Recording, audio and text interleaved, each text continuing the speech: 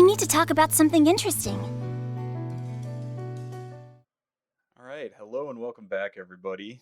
We're going to continue our discussion that we started so many months ago, talking about the Sailor Moon, the original 200 episodes of the Sailor Moon anime.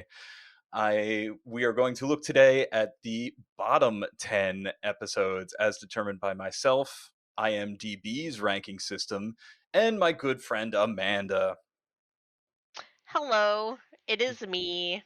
I was here for the top 10 episodes, so I'm back to talk about the bottom 10 episodes. Right, right. It was actually a pretty big requested thing that it got a number of comments of like, "Hey, you should definitely do this." I was like, "All Oh right." man, I can't wait to disappoint everybody. Yeah, yeah. In some way, negative criticism is unfortunate too because you're really Yeah, just going to be taking a dump all over it. I would really much rather nowadays talk about the reasons I like something versus the reasons I do not like something. I, Uh, just because I'm trying to foster that kind of vibe in my daily life. So, I uh, have found that as I got older that that's become yeah, more and more true to me as well. Yep, yeah. yep. But But but the I people never. requested it. They demanded Yeah. it. So here we Well, are. that and also, I guess I should say for anyone who has not watched any of the other things I've done on your channel with you, I'm not the biggest fan of the '90s Sailor Moon show. I do like it. I sometimes people get the wrong idea and think that because it's not my favorite thing in the world that it means I don't like it. No, not correct. I do like it, um, but it is probably my least favorite version of Sailor Moon out of all of the versions that we have. But it is very near and dear to me as something very important to my childhood.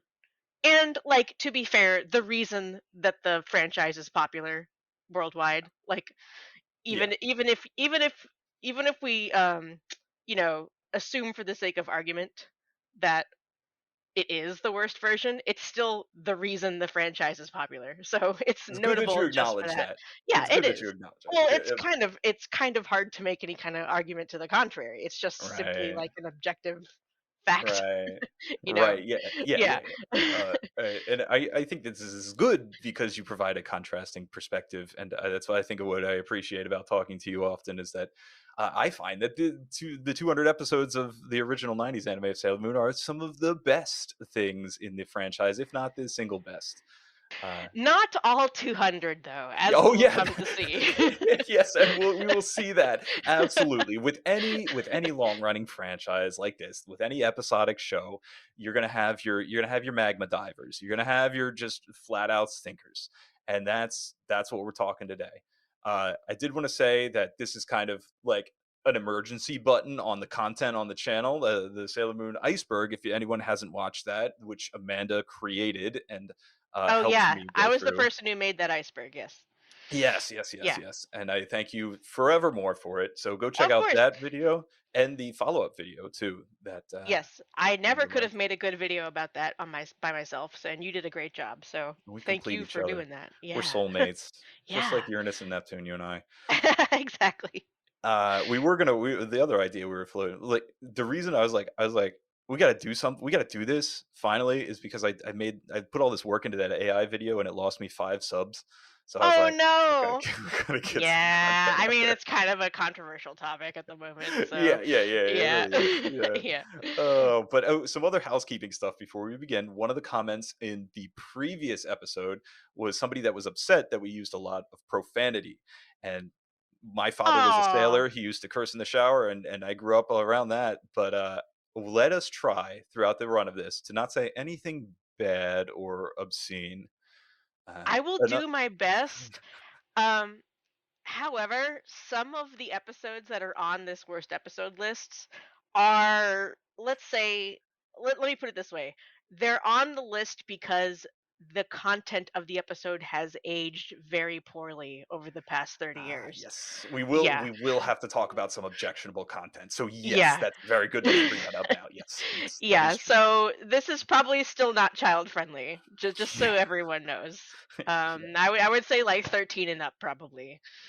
Oh boy. Yeah. We I've also resolved the first one we kind of just did on a whim, just recorded it on an OBS and didn't think much of it. So the audio quality should hopefully be better on this one.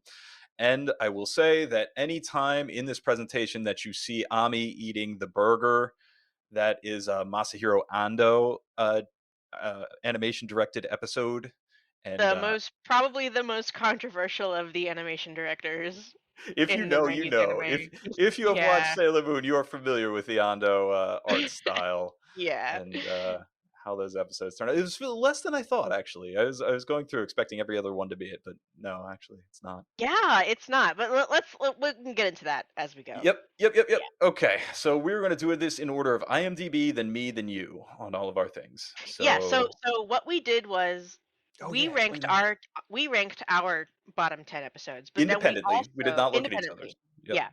But then we also went on to IMDb and looked up the 10 lowest number rated episodes in the show. So yep, that's what the IMDb bottom 10 list is. yep. Yeah. And those rankings are pretty surprising. We'll get to that, but there's a lot in Yeah, there that some I of was them kind of are like, oh, weird. okay, Yeah. all right, all right. So let's start off with their first one, which would be episode 16 of Sailor Moon. That is the bride episode where Usagi wants to enter the bridal dress and tries to get her mom to teach her how to sew, and then Ray comes over. Uh, And Ray tries to get Usagi's mom to teach them how to sew. yep, yep. Yeah. And the victim of the day is like their home ec teacher or something, where it does the thing where like it does the classic cliche where a woman is considered ugly when she's wearing glasses, but then when she takes her glasses off, all of a sudden she's beautiful. It Yeah, does. that happens in this episode. Oh, and they make fun of her short, fat fiance. Oh, it's so mean. Yeah, it's real mean. She got herself a short king. Leave him alone. Yeah, Come on. yeah, But absolutely. Nephrite targets her, and like when she becomes evil and she's obsessed with making her wedding dress, she's wearing like booty shorts, Oh and yes, she has like she's a she has bad like person. yeah, she She's a has bad like woman. her shirt tied, like she isn't just wearing her shirt normally like with the buttons done. The buttons are undone and she has the bottom of it Yeah, tied into a bow and her boobs are yeah, hanging out, and yeah. she answers the door and she tells her fiance to fuck off and like throws, oh You no, ruined I it already, Amanda. no, okay, hold on, Yeah, cut yeah. that out, cut that out. I'm not Edit doing that any editing. editing on this. Oh, No, you're not sorry. doing any editing? No, I'm not. No, how many minutes are we in and I She already she messed up does the look like a bad swearing? bitch in that negative Yeah, transformation. That is. yeah. What I was gonna say? Oh yeah, the one shot that I really like is when they're doing the wedding dress contest, and Usagi just cheats. She uses the transformation pen to get a wedding dress, right? That is funny. That That part is is very funny. funny. But the Yeah. other funny part is when Sailor Mars and Sailor Mercury just show up and crash the contest thing. Oh, yes, they ride down on like the contest banner. Yeah. Yeah. Like this episode, like not that bad. Yeah, I Why was is about to this say, like, this is why not a is top this number 10 10? episode. Yeah, No. yeah. This is not the best episode. This is a quality Sailor Moon episode, though. I don't know why it's here, and maybe you people who voted for it on IMDb could tell us. I have no idea. Well, I should say this is something we were mentioning earlier before we started recording, is that like for me as someone who doesn't super love the 90s Sailor Moon anime, it's not necessarily that I think it's all bad. It's just that like the majority of the episodes fall into this ocean of mid. Like Mhm. they're all just kind of okay. And Yep. then there's the really good episodes and then there's some of the really terrible ones. This episode to me falls somewhere in the bell curve, in like within the ocean Yeah. of mid. It's One not standard horrible. deviation. Yep. Yeah, it's not horrible, it's not great, it's, like, kind of just a very standard filler episode of the Yeah. show. Yeah. Yeah. Yeah. And that's what you come to Sailor Moon for, or I don't know. You learn that that's what you come to Sailor Moon for after a Yeah, little that's while. what you're gonna get. Yeah. That's the That's the good stuff. show. That's Yeah. the show. So, like, if you like the filler in Sailor Moon, then you like it. If you're a little bit more impatient with it, like I am, then that's gonna maybe start grating on your patience a little bit, but, like, this is the show. It's just like an average episode of the show. So, Yeah. yeah. It's the Ando art. That's what it is. Yeah, it's the yeah, maybe that's what it is. You know, I don't actually don't hate his artwork. Don't either. My problem with his style of animation is that it looks too different from the the way they're supposed to look. Yeah, it Like really does look off model. if the Yeah. whole show looked the way he draws the characters, it probably wouldn't bother me. But Totally like agree. The director needed to pull him aside and be like, "Listen, um, you have the sete. They're sitting right above your desk. I know we gave them to you. You need to make a little bit more of an Get effort. on model, buddy. Get on model. Come on." Can you just picture Junichi Sato sitting there like, "Mm." The only thing I could think of is Um, that Ando was like some kind of like speed maniac who could pump an episode right, out in like a right, couple of days and they just let right. him do it. Yeah, that's the Yes. only thing I Yep. could think of. Yeah. Yes. Yes. Absolutely. I Yeah. totally agree that you're like, man, we got to get 40 some odd episodes finished in this year. So whatever, man. Yeah. Yeah. That looks good enough. You can do this yourself and it's decent looking. Okay, do whatever you want. It doesn't matter. Yeah. Oh, all right. Pressing on. Yeah. My worst 10 or 10th worst episode in the series is episode 63. This is from the Black Moon clan of Sailor Moon R, near the beginning, I believe, when Cone tries to infiltrate the shrine, and uh, Grandpa starts up a wrestling ring, or he tries to do an aerobic fitness thing, and it just turns into a bunch of wrestling references, and the girls are choke slamming each other, and there's a David Bowie looking monster, and it's The really David weird. Bowie monster is pretty great. Yeah, yeah, Um, yeah, yeah, and yeah. then everybody in leotards too is also awesome. And that's the thing. Like, I don't dislike this episode at all for so many reasons. I think it's really fun, very interesting. It's a fun monster of the day type spiel. The reason it makes my bottom 10 list, and you'll see more of this later in the thing, is because it relies so heavily on Grandpa and Yurichiro, or Grandpa Greg. is Yeah, Grandpa is a repeated problem when it comes he's a to problem. bottom 10 episodes. He's a problem. He is an example of certain content in the show not having aged well. Right. Um, Society changed around Grandpa, and he did not this adapt. this guy has one thing on his mind, and that is his entire personality.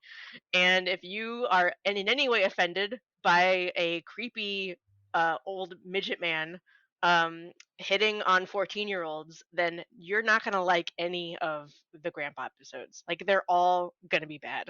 So I would agree this one is kind of tainted in that way. There's some bad things in this episode. Uh, not definitely towards the bottom in the bell curve. Yeah, it's Yeah. watchable because in like terms of an episode, it's fine, but in terms of like in content and like that, and like I don't care about Grandpa or Yurichiro Yeah, yeah. at all. So Exactly. yeah, It's then you know what? Probably the only reason that this I didn't consider this episode for my bottom 10, and probably it's because it's very forgettable. oh It's yeah, yeah, yeah, it's one of yeah, those episodes that's just very forgettable. There isn't really that many funny moments in it. It's just kind yeah. of a standard Yeah, grandpa there's no episode. pathos either, right? Like Yeah. when Ray's trying to block the monster from stomping on the other people, and it's just like, or Grandpa, it's like, I let him stomp on Grandpa. Yeah, He's probably into it. grandpa's been an a-hole the whole episode. I Yeah, don't yeah, he care if deserves the it. You got it monster covered. stomps on him. Yeah. Yeah.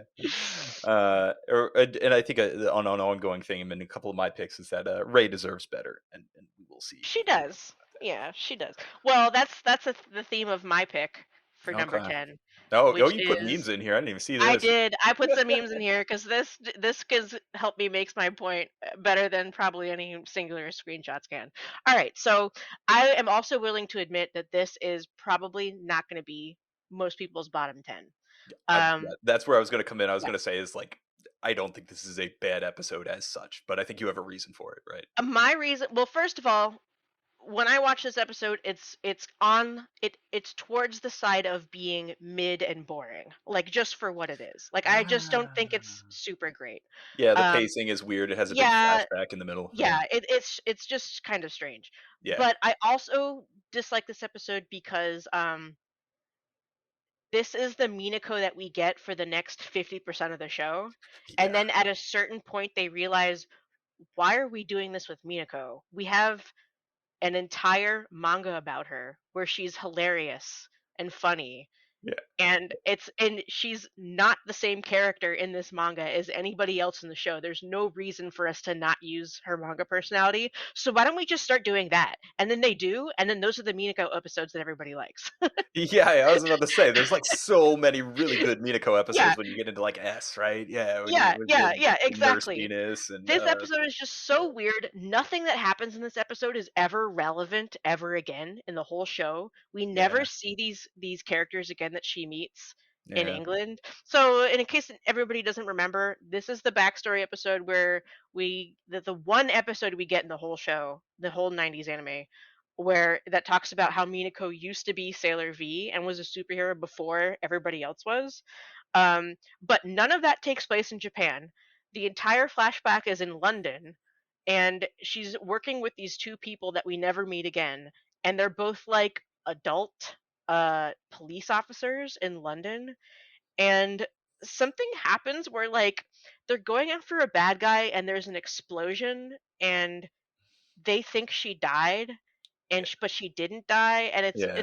it's this cliche where she's actually around the corner and she sees them hug each other and say, "I'll oh don't worry, I'll never leave you even though our friend has just died." And she takes that to mean that they're together and that now she has no chance of romance with this like 30-year-old man that she's been Oh, hanging out with. I Um didn't read it as a misunderstanding. I thought they were actually together, and she just kind of that's how she accepted it, not She realized it. apparently she didn't know this from what I recall from the episode. She didn't know Um, this. And then instead of telling them, "Oh no, I'm okay, guys. I'm alive. Also, I'm very sad now that I'm a 13-year-old who thought that I was gonna make it with this 30-year-old, and now I'm very sad." She just leaves and lets them yeah, think that she's dead and she goes back to pieces out. Japan. Yeah, Yeah. yeah, Um, and then like Kunzite targets her. Uh, to turn into a monster because he's trying to figure out who their identities are. So he's like, oh, she worked with Sailor V, so maybe she can tell yeah, me yeah. She's got the in. who they are. And then she tells him the truth, which is that she has no idea where Minako is.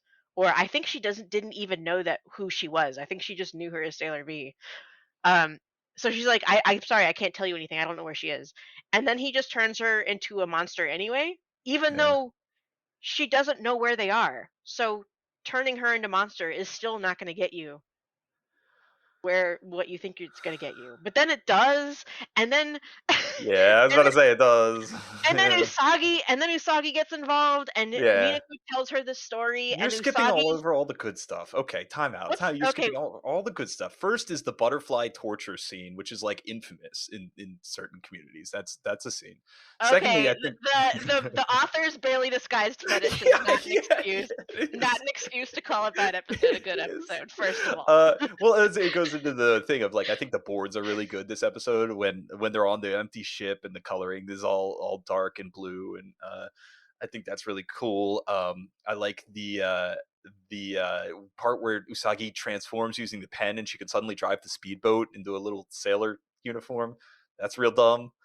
Uh, yeah, I yeah, mean, I she like the does look very tone. cute. She does look very She cute does in the look cute. sailor Yeah, uniform. Yeah, yeah. yeah. But yeah, I like the tone of But this episode of like, yeah, but another yeah, you're right. The so right, the script is nutty. between that and there's one more thing that bothers me about this episode is that after Minako tells Usagi this big long story about who this woman is and why they're not getting along, Usagi's like, "Oh, well then let's just leave. You should just let her die.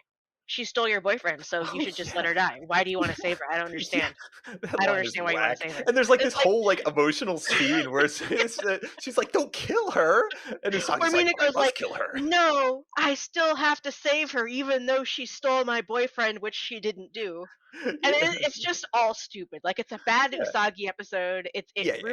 It ruined Minako as a character for like the next 50 I episodes. agree. I agree. Like it's just it's more like I recognize it's not the worst episode out there, but it's more like the most missed potential, lost opportunity kind of Totally, episode. Yeah. totally. So this is and that's the reason it's number 10. That's why I put it at number 10 because I'm willing to acknowledge it's not really that bad, but it Yeah. is disappointing. Yeah. Yep. Yep. I will agree.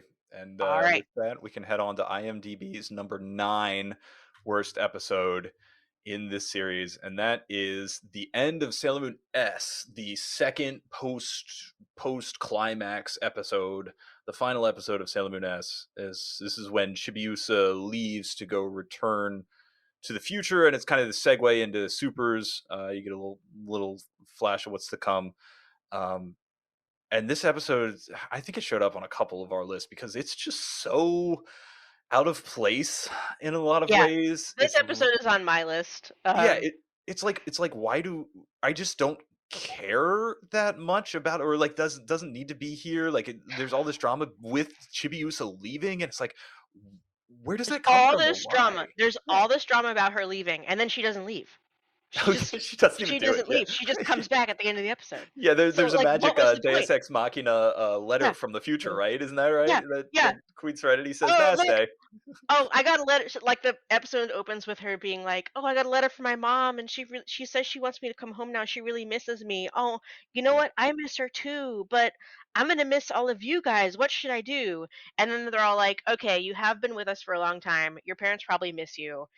Like, it's okay to say goodbye." Like that's kind of like the lesson, Right. quote unquote, Right. of That the should be the episode. emotional core of the Yeah. episode Yeah, too. But it's okay to say goodbye, like, it's okay to move on through things, you're gonna see them again, it like and then they all make these wonderful handmade presents for her, like, yeah. in this screenshot, this bunny backpack that she's wearing is Usagi made her that backpack.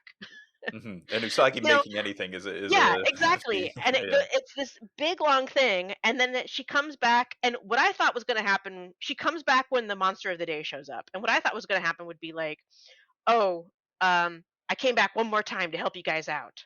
Haha, isn't it funny that you guys need me so much?" And the joke is that she doesn't because Mm, she's the Senshi in training. yeah. And then she leaves. But no, she just comes back and it's like, "Oh, I got a second letter from my mom, and the second letter is telling me to stay, so I guess I'm gonna stay now." It's like, okay. What was the point of this episode then? It, So it, stupid.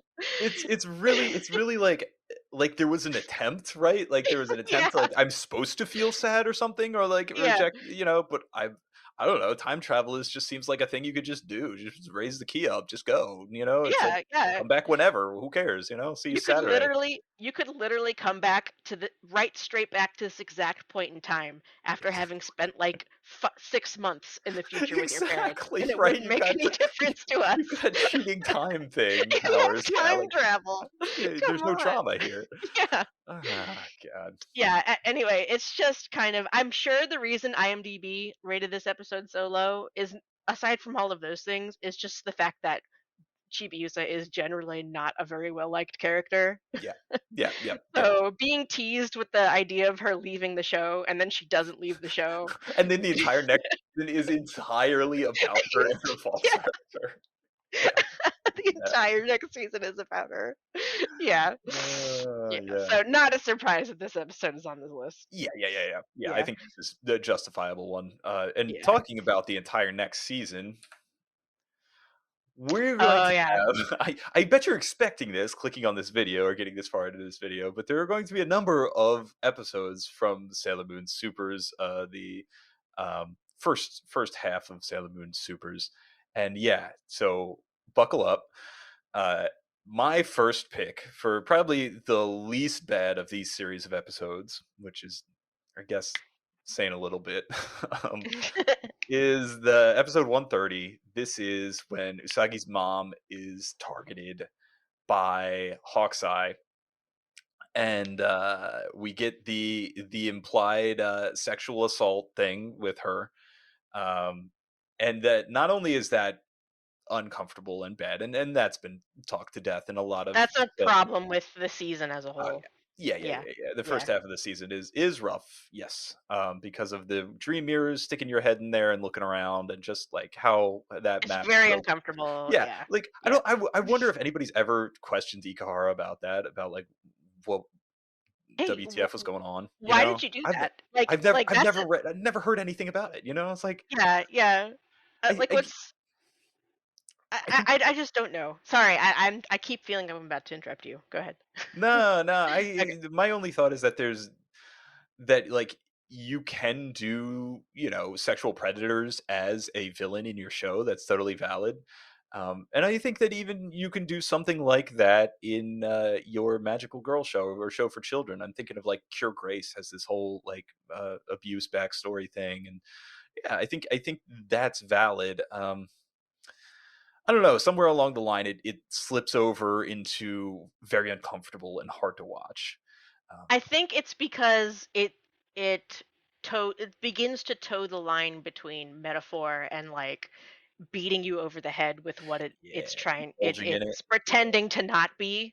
It's Yeah, beating you over the head with what it's pretending to not be, and it's like, okay, I get it.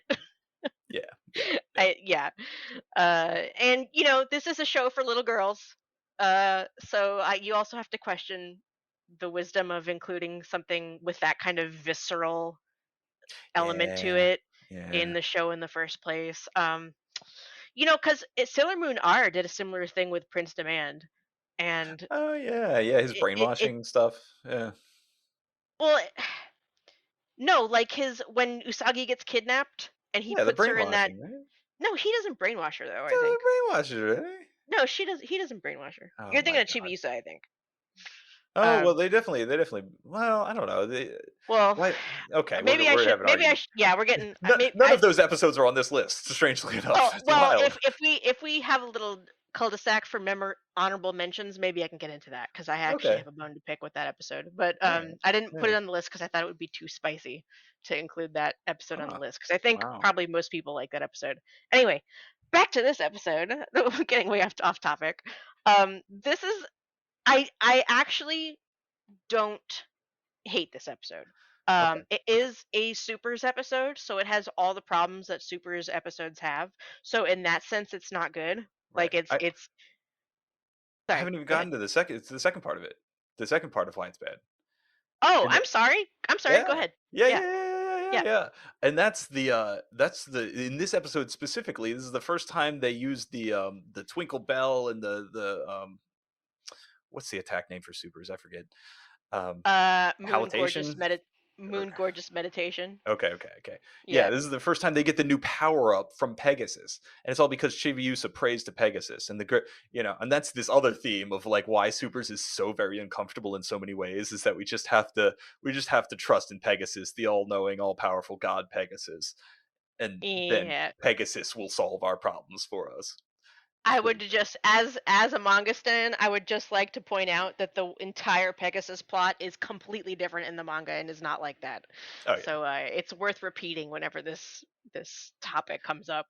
yep. This is not a product of Naoko Takeuchi's brain. This is entirely Ikuhara's brain. Which is this is just wild. I don't know. Yeah, yeah. Maybe this episode walked so that Revolutionary Girl Utena could run. Kind of, because Yeah, it's kind of. after the season that he left the show and went off and did the anime he actually wanted to make. Yeah, So yeah, yeah. yeah. But this one, it it it is a bad episode. It's definitely at the towards the bottom of the bell curve. Yep. It is not. It doesn't stand out in my mind as one of the worst ones. However, I completely understand where you're coming from. The thing about this episode is that it has a very memorable scene where with the lemon pie where Chibiusa and Shingo eat all the lemon pie and Oh Usagi's very yeah. angry about the lemon Yes. pie and then they Yes. go out and they that Yes. scene It's is good. funny to me and It's good. it sticks in my brain. Yeah, so this is one Yeah. of those episodes where it's got some high points and low points, so it doesn't quite Yep. make my bottom 10, but it Yep. is Yep. it is kind of emblematic of a lot of Right. supers Yes. problems. Yeah. Yep. Yep. The problems and supers. Yeah. Totally. All right. Pressing on. What'd you pick? All right, Oh, you my cheated 9. again. You cheated again, like you did in the last one in the best 10 Well, episodes. You got well, the double. I did this because I don't like these 2 episodes for very similar reasons. Oh, okay. Episode 126 and episode 127 should have been combined into one episode, known as episode 126. Ah. There is 10 minutes of content in episode 9 and 10 minutes of content in episode 126 and Sure. 10 minutes of content in episode 127. And you Sure. could have very easily put the 2 of them together. This did not need to be 2 episodes. I totally Um, agree on that point. yeah. Yeah. So I should say episode 125 is the Sailor Moon S finale. The big one, Um, you know, that the her with the big eyes coming Yeah. out holding the little baby Yeah, she's Hotaru, and it's like, banging she's banging on the floor trying to transform, but she can't because she gave Mistress Nine the Holy Grail, and yeah, Uranus and Neptune are like, what the heck are you doing? How dare you? You've doomed us all." And then she, by pure force of force of will, will. she turns Yeah. into Super Sailor Moon and she jumps into the storm to save Hotaru. And yeah, One it's one just it's wonderful. One of the best one of the episodes. best, I think, I'm Yeah, sure it was on our list of the best episodes, but yeah, it's one of the best moments in Sailor Moon. yeah. Yes, absolutely. Episode 126 is basically the fallout of that. So that's the 10 minutes of actual content that's in Mhm. episode 126, where it's like, um oh, we found Sailor Moon, and we but Uranus and Neptune and Hotaru were nowhere to be found. We don't know where they went. We've been looking all over for them. Chibiusa is very upset. She's like, I'm alive, and I saw Hotaru come to my dream, and she saved me. But where is she? I know she has to be alive, but nobody knows where she is. And then we cut to Haruka and Michiru with the baby Hotaru, and like it's like Wait, it's an epilogue. It's like telling wait, you yeah, yeah, what's yeah, yeah, happens yeah. afterwards. Yeah. Wait, Um. isn't this the one where then they give Hotaru back to Professor Tomoe, right, in the wheelchair, Yeah. right? That happens in this Yeah. episode. Yeah, yeah, yeah. Yes. And then Chibiusa loses her hat, and Professor Tomoe finds it, right? Well, Chibiusa loses her hat. It flies away, and then she has like a vision of Sailor Pluto, and Sailor Pluto's like, "Don't worry, I'm still around. I don't have like a corporeal form anymore." Like she says it that way, The and Pluto lore is Chibiusa's real dumb. yeah, The series. Pluto is an interesting character. Yeah, yeah, yeah. I could make an entire rant about how Pluto is both great and very, very strange. Yes, yes, she was Yeah, done dirty. Yes, yes, yes. I yeah. can agree with that. Um, and then like after the vision goes away, that's when like Tomoe and Baby Hotaru come up. So Chibiusa gets some closure where she gets to actually see that Hotaru was reborn, Yeah. and she's gonna have a good life from now on without having to suffer the way she was suffering.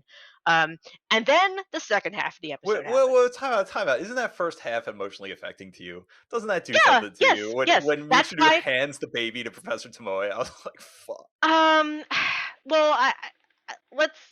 I have an issue with that. That's kind of related to my issues with the Minako episode, where that's what we get instead of their raising Hotaru arc.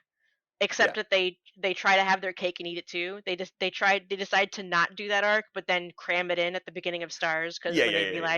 when Yeah, they realized they should have done that to begin with. yeah, because Um, that content's great in the yeah, especially in the Sailor Moon Eternal, right? That was yeah, the fourth one. Yeah. exactly, yeah. And then in the meantime, like, they're not in Sailor Moon Supers because they cut that entire Yeah, thing what out. the why? So it that I've that's never that understood.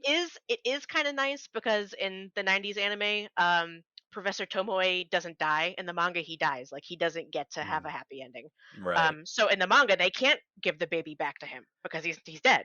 Yeah. So, but he Oh, oh, doesn't die. oh, and He also doesn't. you got to remember that first arc of Stars too, when Pooh comes back for Sailor Pluto comes back for Hotaru right in the first episode of Stars. Oh yeah. You're By like, the way, oh, we're here to oh, steal your baby now. You oh, you that's so actually good.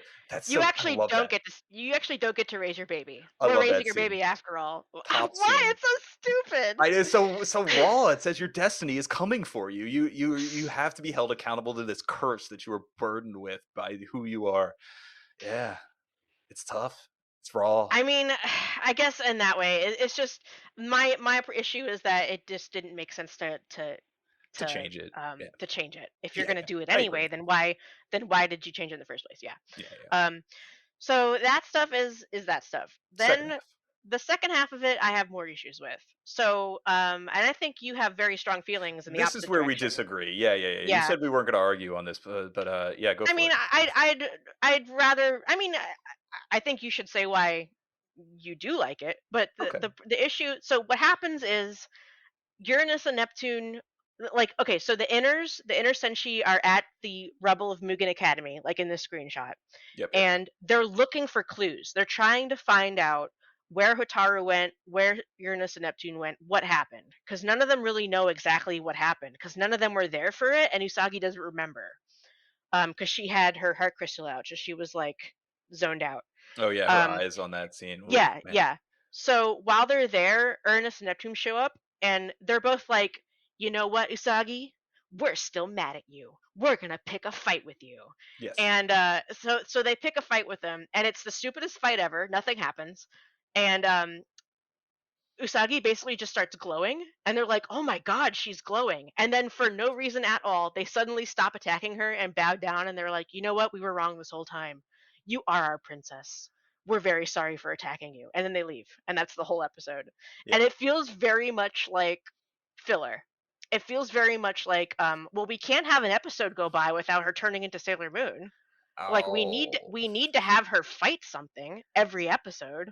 So let's see if we can farm the Uranus and Neptune drama one more time Okay. before the season is over, and then we'll leave it alone. And that's Boo. what this feels like for me. It feels very Okay. stupid and very pointless. Okay. All right. I'm coming in here. This is Okay. this one. The entire the arc of Uranus and Neptune over the course of Sailor Moon S is like, what will you sacrifice in order to save the world or or protect or achieve your goals? You know, like what cost is too high, and what is worth it, and when is it isn't it? And when it's their own heart crystals together, they in the mid-season climax with deal, they shoot them out and die together, and it's all impactful and hurtful and very tragic. um but the thing with the resolution of Sailor Moon S, the final thing, is that Usagi wishes a miracle into existence, or yeah, by use, like you said, pure force of will, she makes it become a thing. There's no logical explanation for it, and there's no reason behind it. And in doing that, Usagi s- adverts or completely does not have to answer the question of what she would sacrifice in order to make the miracle happen. And this is the reason why this feels congruent with the characters of Uranus and Neptune for me, is because their entire thing, their entire struggle throughout the season was, what can you, or what would you give up in order to protect everything or everyone, or achieve your goals? And to have Usagi just hand wave away the answer of just like, well, just scream harder, you know. Even if, for as good as that scene is, it's just the emotional energy behind her seeing her, Hotaru, sacrifice herself and not being willing to allow that, that doesn't answer the question for Michiru and um, Haruka. So this episode is, that's why they fight. They say, yes, you solved the issue. You forced your miracle into existence, but you haven't told us that you are able to make the hard decision when the hard decision comes. And that's what this fight is. It's just them saying, for us to respect you, you have to acknowledge what we went through and what we struggled with, because we didn't pull miracles out of our butt. And them bowing down, I think, is the biggest symbol of, okay, we acknowledge that if it came to it, you would do everything with the power that you have in order to achieve your goals or protect it. And we recognize that and we respect it. That's what I see here. Um, if that is what actually happened in this episode, I would be telling you that it's a great episode. Unfortunately, that is simply not an accurate description of what actually happens. Oh, The okay. fight is literally 60 seconds long. Sailor Moon never attacks them. They never have a conversation. Like maybe 50% of what they say kind of falls in line with what you're saying. Hmm. She literally never attacks them. She Yeah, starts glowing. She right. starts glowing. They Well, both stop attacking, looking at each other, and bow. and they say, "Oh, you know what? You're right. You are a princess. Well, Let's leave." so I So enter. so your Okay, version, your version of this episode, that's great. I would okay, love to okay. watch your version of this episode. Unfortunately, I like literally just watched this like yesterday. That is just not what happens. Okay, all right. And so I just interpret that glowing as Usagi using the silver moon crystal, or just being able Maybe or she's willing to not say, like glaring at them. She doesn't like have her like from what I remember, she's like not doesn't have her hands raised. She doesn't have her wand out. It's like do, very strange. do you remember earlier? I think this was mostly in the R movie of like when they're like, if you use the crystal, then you will die. Do you Yeah, remember that? that's a thing that goes away very quickly in the Right? in the Doesn't 90s it? anime. Oh Yeah. man, maybe that's what they were thinking of when they drew that or wrote that. I don't Yeah, know. I Yeah. don't know either. And just to but we can move on to the next one in a Yeah. second, but I would like to say that in episode 127, that whole thing of Chibiusa uh, getting presents before going home, Mm, that is actually that's actually something from the manga. right. The difference is that in the manga, there's actually like a B plot that happens after that of Chibiusa doing things in the future and then coming back, which doesn't happen in this episode. Oh, So I can see maybe what inspired them making an episode about that, but they kind of take out like the point of that being in the manga in the first place. So yeah, yeah. but I don't think we need to talk much more about I why don't. 127 is bad. They somehow manufacture two epilogue episodes out of like 50% Yeah, runtime that's actual content. Yeah, and it's just bad. It's kind of a bummer. It's kind of a letdown way to close out the season after such a good episode. sure, sure, Yeah. sure. All right. Pressing on. This is the Now first one where this is one. Yeah. I'm like, I don't even understand this. This is IMDb. They voted episode 43. This is the one with the reporter. This is all the Sailor Senshi are having a fight. They fake the breakup to like get back at Kunzite, right? Um, this episode is also famously the one that they used to redraw in Moon Animate Makeup, which if you Which is haven't so seen, good. you need to. It's Yeah. absolutely beautiful. I mentioned it in the It's on iceberg. YouTube. Yeah, It's yeah, so good. Yeah. yeah.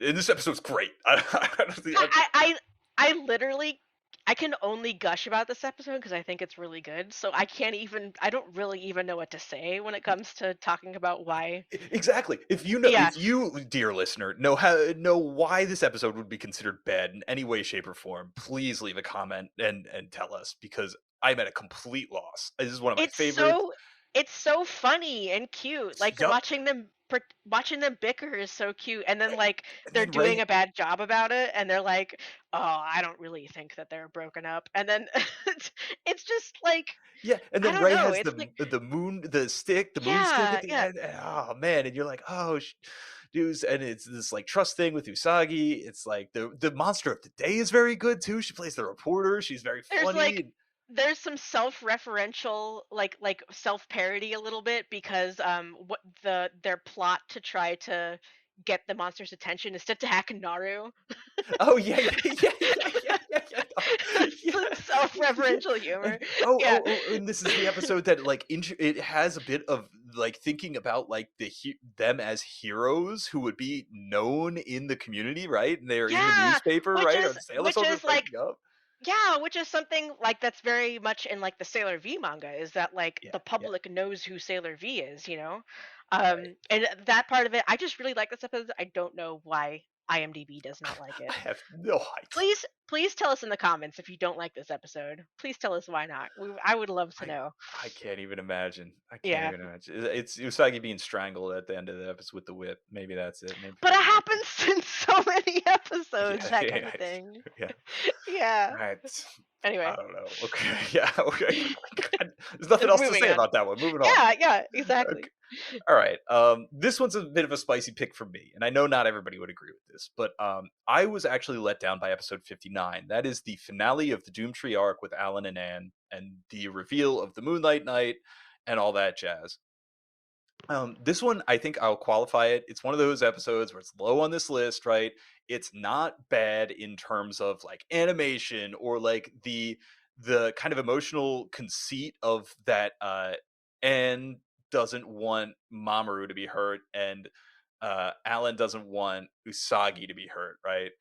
And Uh, but then they find out that that she's actually Sailor Moon, right. and yeah, Right, and yeah, then Anne accidentally gets stabbed, and then it's like, it's this whole thing of them realizing that they actually care for each other more than their crushes on Usagi and Mamoru, and like yeah. that's good. I don't mind that at all.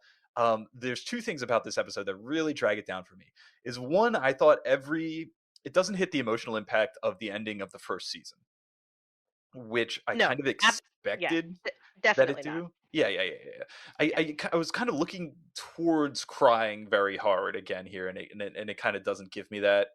Um, and then the second thing for this episode is just the Moonlight Knight. Is just the biggest hand wave and Deus Ex Machina It's so stupid. BS that I I was so upset by that. I was like, wait, you what? You build up this thing of like, but he's not Mamoru, or when I'm watching this No, first he time, is. Darien, like, Nah, but nah, then he is. he It's is. Mamoru. Yeah. Yeah, and it's just like, okay, I guess, Oh, yeah, I'm sorry. It's Mamoru's lost memories from the end of the first season yeah. It's like, that were made manifest into a person. And he's been protecting Sailor Moon, and then now that he remembers that you're Sailor Moon, I'm gonna go away now. It's just so yeah, goofy. It was like an excuse to still have Tuxedo Mask without having Tuxedo Mask. yes. Like just bring Tuxedo Mask back. Like it's fine. It's not hard. Come on. Right, right. Or if Yeah, like, yeah, this is still Sato at this point, is the series director. yeah. So if I'm Sato and the writer comes to me and brings me that of like the series composition of like, well, we're gonna do Tuxedo Mask, but he's gonna be, in a head veil and a cape, and like, but then he's just Tuxedo Mask. I'd be like, nah, rewrite that. Give me something better. Yeah, give me something else. Yeah, yeah, exactly. Yeah, yeah. All right. So That's all I got to say I about that one. this one, when I rewatched this one for purposes of recording this, um, yeah, it didn't really strike me as being like one of the worst ever. Um, I generally don't really care for the Doomtree arc in general. There's a couple of the filler episodes that I think are really good and really funny, Nope. but overall, it definitely feels like filler. Like all of it feels like filler to You me. know what it feels like to me? So, You know what it feels like to me is, for all the praise that Usagi Seiya gets in Sailor Stars, right? And mhm, for how much people like that. I think they tried to do that here with Alan and Anne, but the fact that Usagi and Mamoru never reciprocate anything back towards them just makes it feel like, in the climax where they rely on that, there's nothing here. It's just like, well, you had a crush. yeah, Sorry. yeah.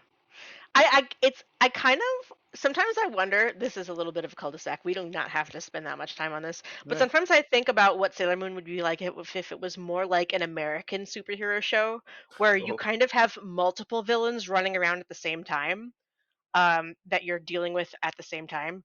And I Ah. think in a context like that, where like a Alan and Anne kind of villain who's like kind of sympathetic, but also doing bad things because they're desperate. Um, that would be more compelling. But devoting an entire arc to them, I like kind of, that. if they popped up every few Right, episodes, right, yeah, I like that. yeah, Yeah. and it's like, you know what, we don't really hate you guys because we know that you're not really involved in any of the other shit that we're dealing with. But Yeah. can you please stop? Like, if it was more like that, I They're think I would the like them more. they're the Team Yeah, Rocket of Sailor Moon. yeah, yeah, exactly. Yeah. I Yeah, agree, I agree. yeah. That's a cool thought.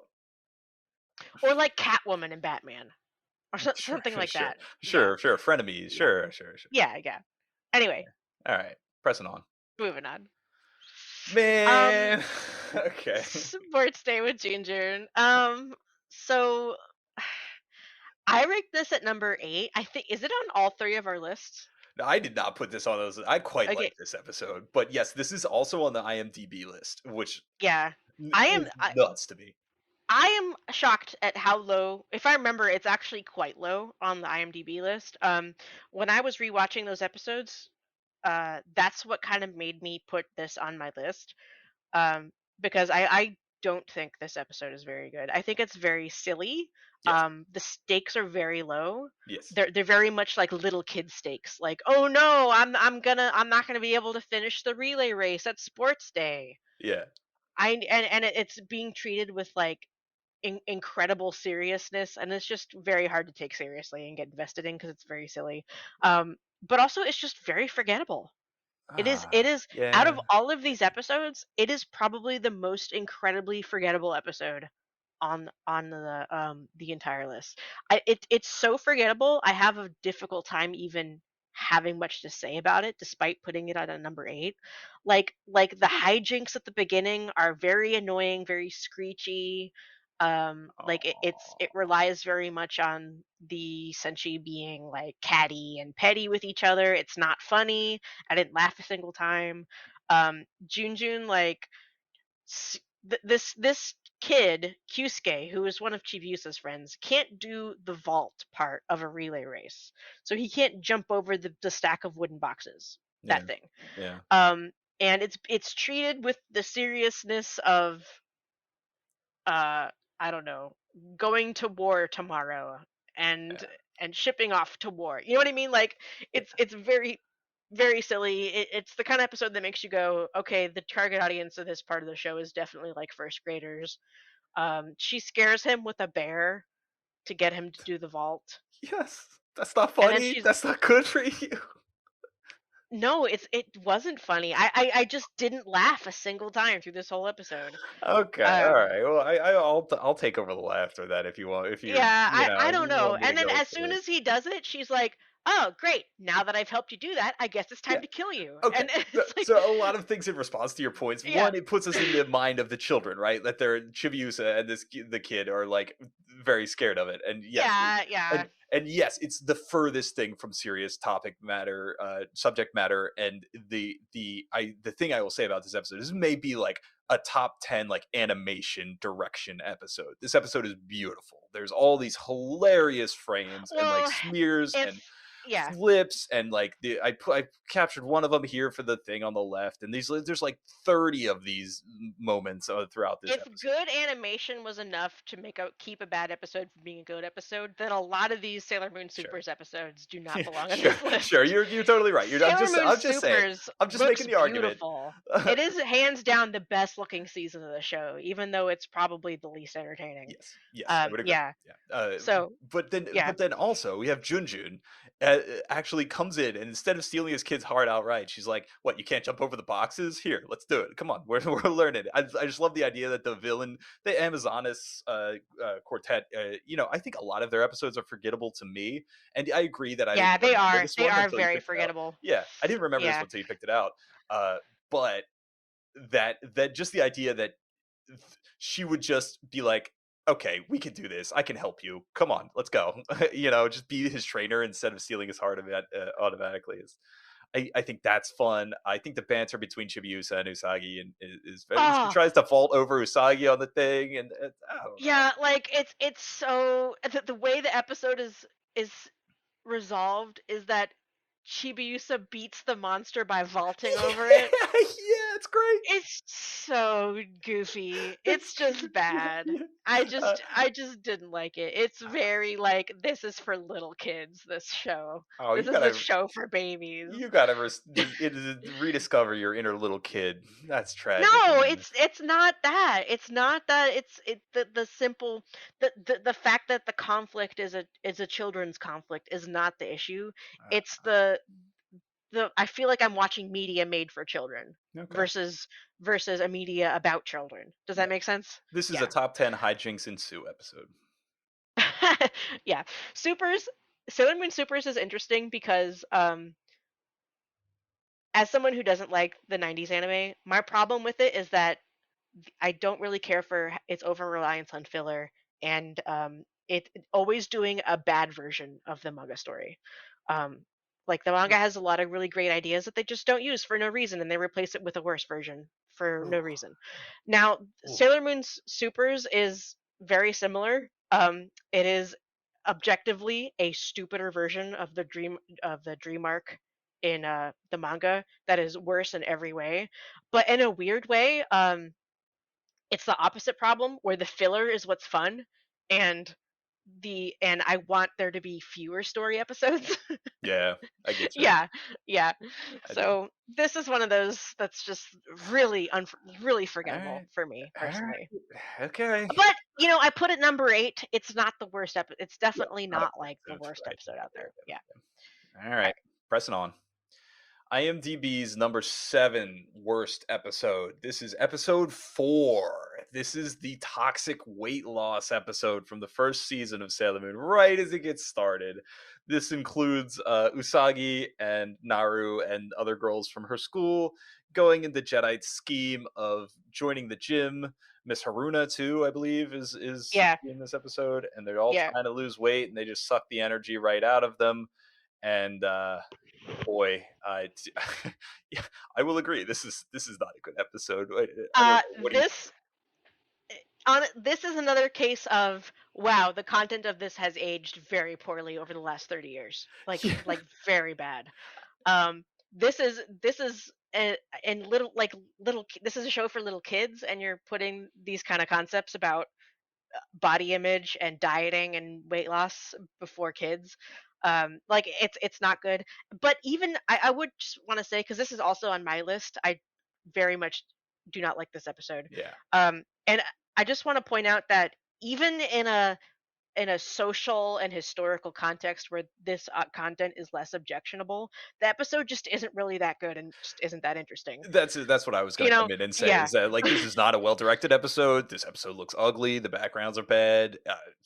Yeah, it's just really rough before Sailor Moon finds its footing, and yeah, just if even if you divorce it from the dark skinned evil big men preying Yeah. on the girls and Yeah. yeah, it, it's just not good. Like, it's not good. which is sad because I actually a lot of the solo Sailor Moon episodes, like I think it's the first 8 episodes or something, where before Mercury joins, Yeah, I actually really like a lot of there are those some good episodes. ones. There are some There, a really good lot of ones. them are really good, and this Yep. is not one of them. No, no, yes, Yeah, this is not a absolutely. good one. Yeah, Totally agree. This is kind of like the quintessential oof bad Sailor Moon episode. yeah, yeah, yeah. Yeah. Yeah. Ooh. Yeah. All right. Well, okay. All right, What you're do I have number next? 7 then. Oh, good. Yes, this one. I'm so glad. I was trying real hard to find some episodes from Sailor Moon S that were bad. Because I didn't want the whole list to just be supers, you know? Um, Yeah. and I very much dislike this episode, even though once again this is kind of one of those ones where the boards and directing are pretty good, the story is serviceable enough, and it's just everything. This is episode 99. This is the one where Yurichiro or Greg in the dub leaves I the think he's shrine. Chad. I think he's It's Chad in the dub. bad. Okay. Yeah, Greg is Sailor Mercury's Oh, you're right. boyfriend You're guy from totally season right. 1. Yeah. You're No, totally it's right. Chad. I And so he's a Chad. He's a Chad, He's a okay? Chad. He's a Chad. Which is funny because Yurichiro is the furthest thing from any idea of a Chad that anybody could No. possibly imagine. I hate Yurichiro, here's why. Yurichiro in this episode sees Haruka hitting on Rei, as Haruka is wont to do, Yeah. and sees Rei reciprocating and riding on her motorcycle, and yes, and then he falls into this spiral of despair, and he's just like, oh, I guess my life is pointless, I guess everything's meaningless, I'm going to quit the shrine and go leave now.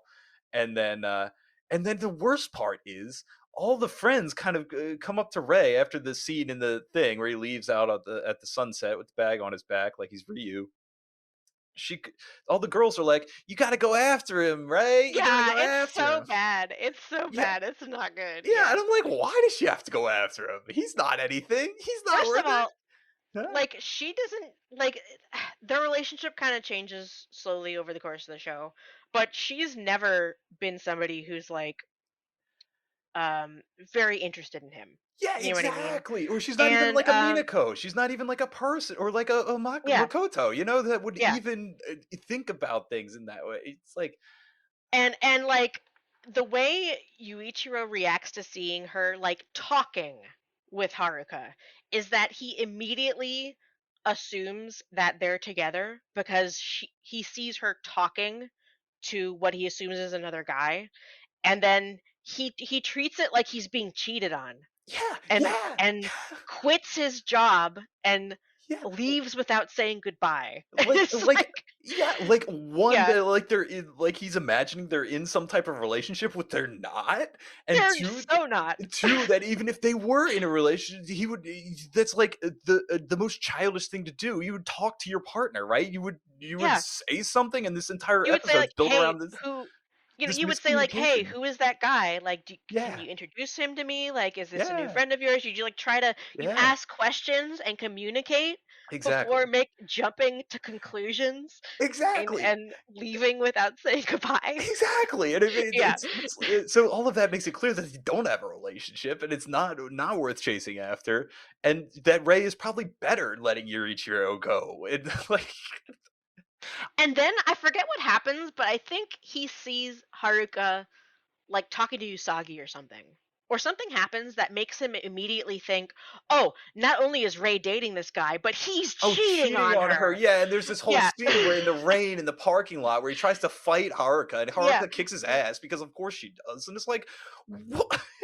I hate the representation of masculinity that Yurichiro presents in this episode. Yeah, it's not good. And it's a similar thing with the wrestling episode too, where he has the same kind Yeah, of exactly. weird, like it's very weird. Like you can tell they really expect us to like Yuichiro. Yeah, Like the showrunners really think that you like him a lot. yeah, And maybe it's the kind of thing where 30 years ago people did like him with like in like a different right. social atmosphere, Yep. but nowadays like he is not a likable character. Yeah, yeah, and He that's really isn't. and it's, to me, it's, like, offensive because I think that Ray deserves better.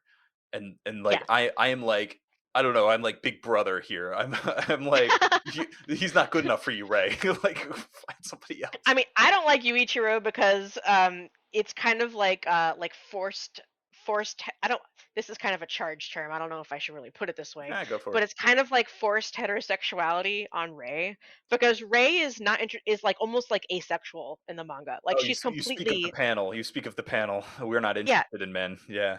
yeah, like well, it's not even that. Like she's that way like consistently. Yeah, yeah, Like yeah, she yeah. there's a single side story where she has like something going on with one cuz her father works is a government like a senator or something, Yeah, yeah. and has like an aide who like helps him like almost like a secretary, and there's a single side chapter that's not even part of the like a main chapter of of the manga. It's like some side magazine side story, that's in like a side story collection, like not in one of the main volumes, where she has something going on with this one guy.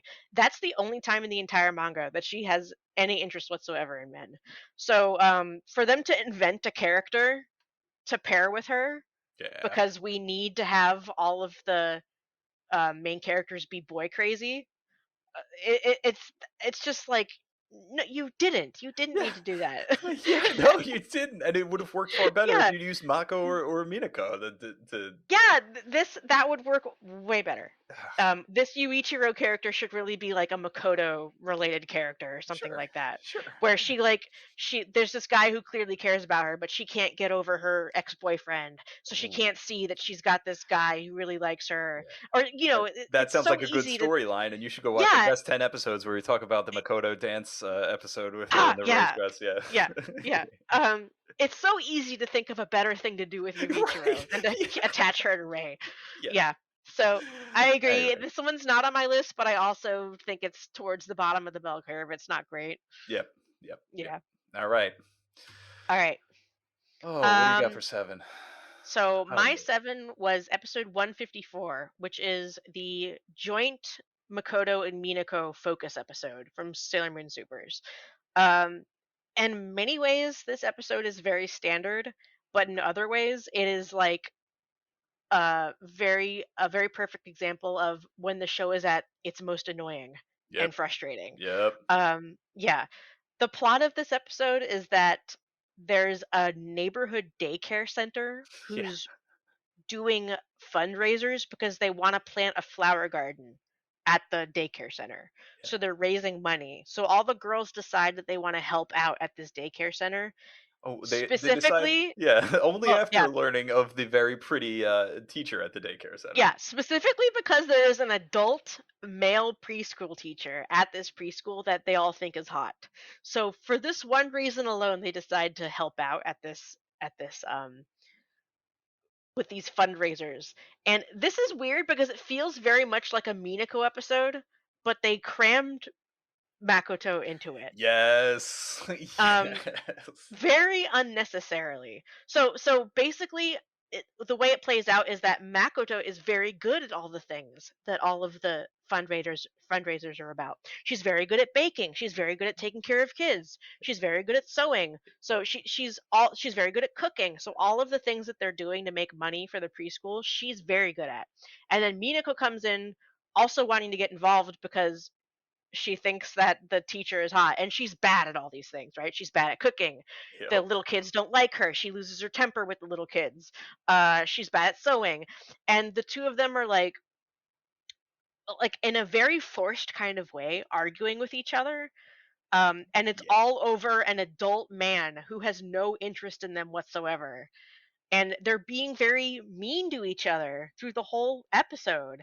Right. And then at the end of it, they get, this is what we would call a power up episode, where a character gets a new transformation or a new special move.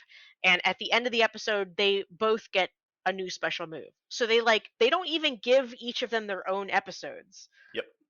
to accomplish this. Yep. Part does Makoto even get a focus episode in Supers? No, that's what I'm saying. No, and for I as think good as this like, is like supposed to be her focus episode, but it's not because Minako is also, yeah, she stole the show. She won all the yeah, yeah. and it's just not good. It's just very annoying. The hijinks are annoying. The characters are being annoying to each other.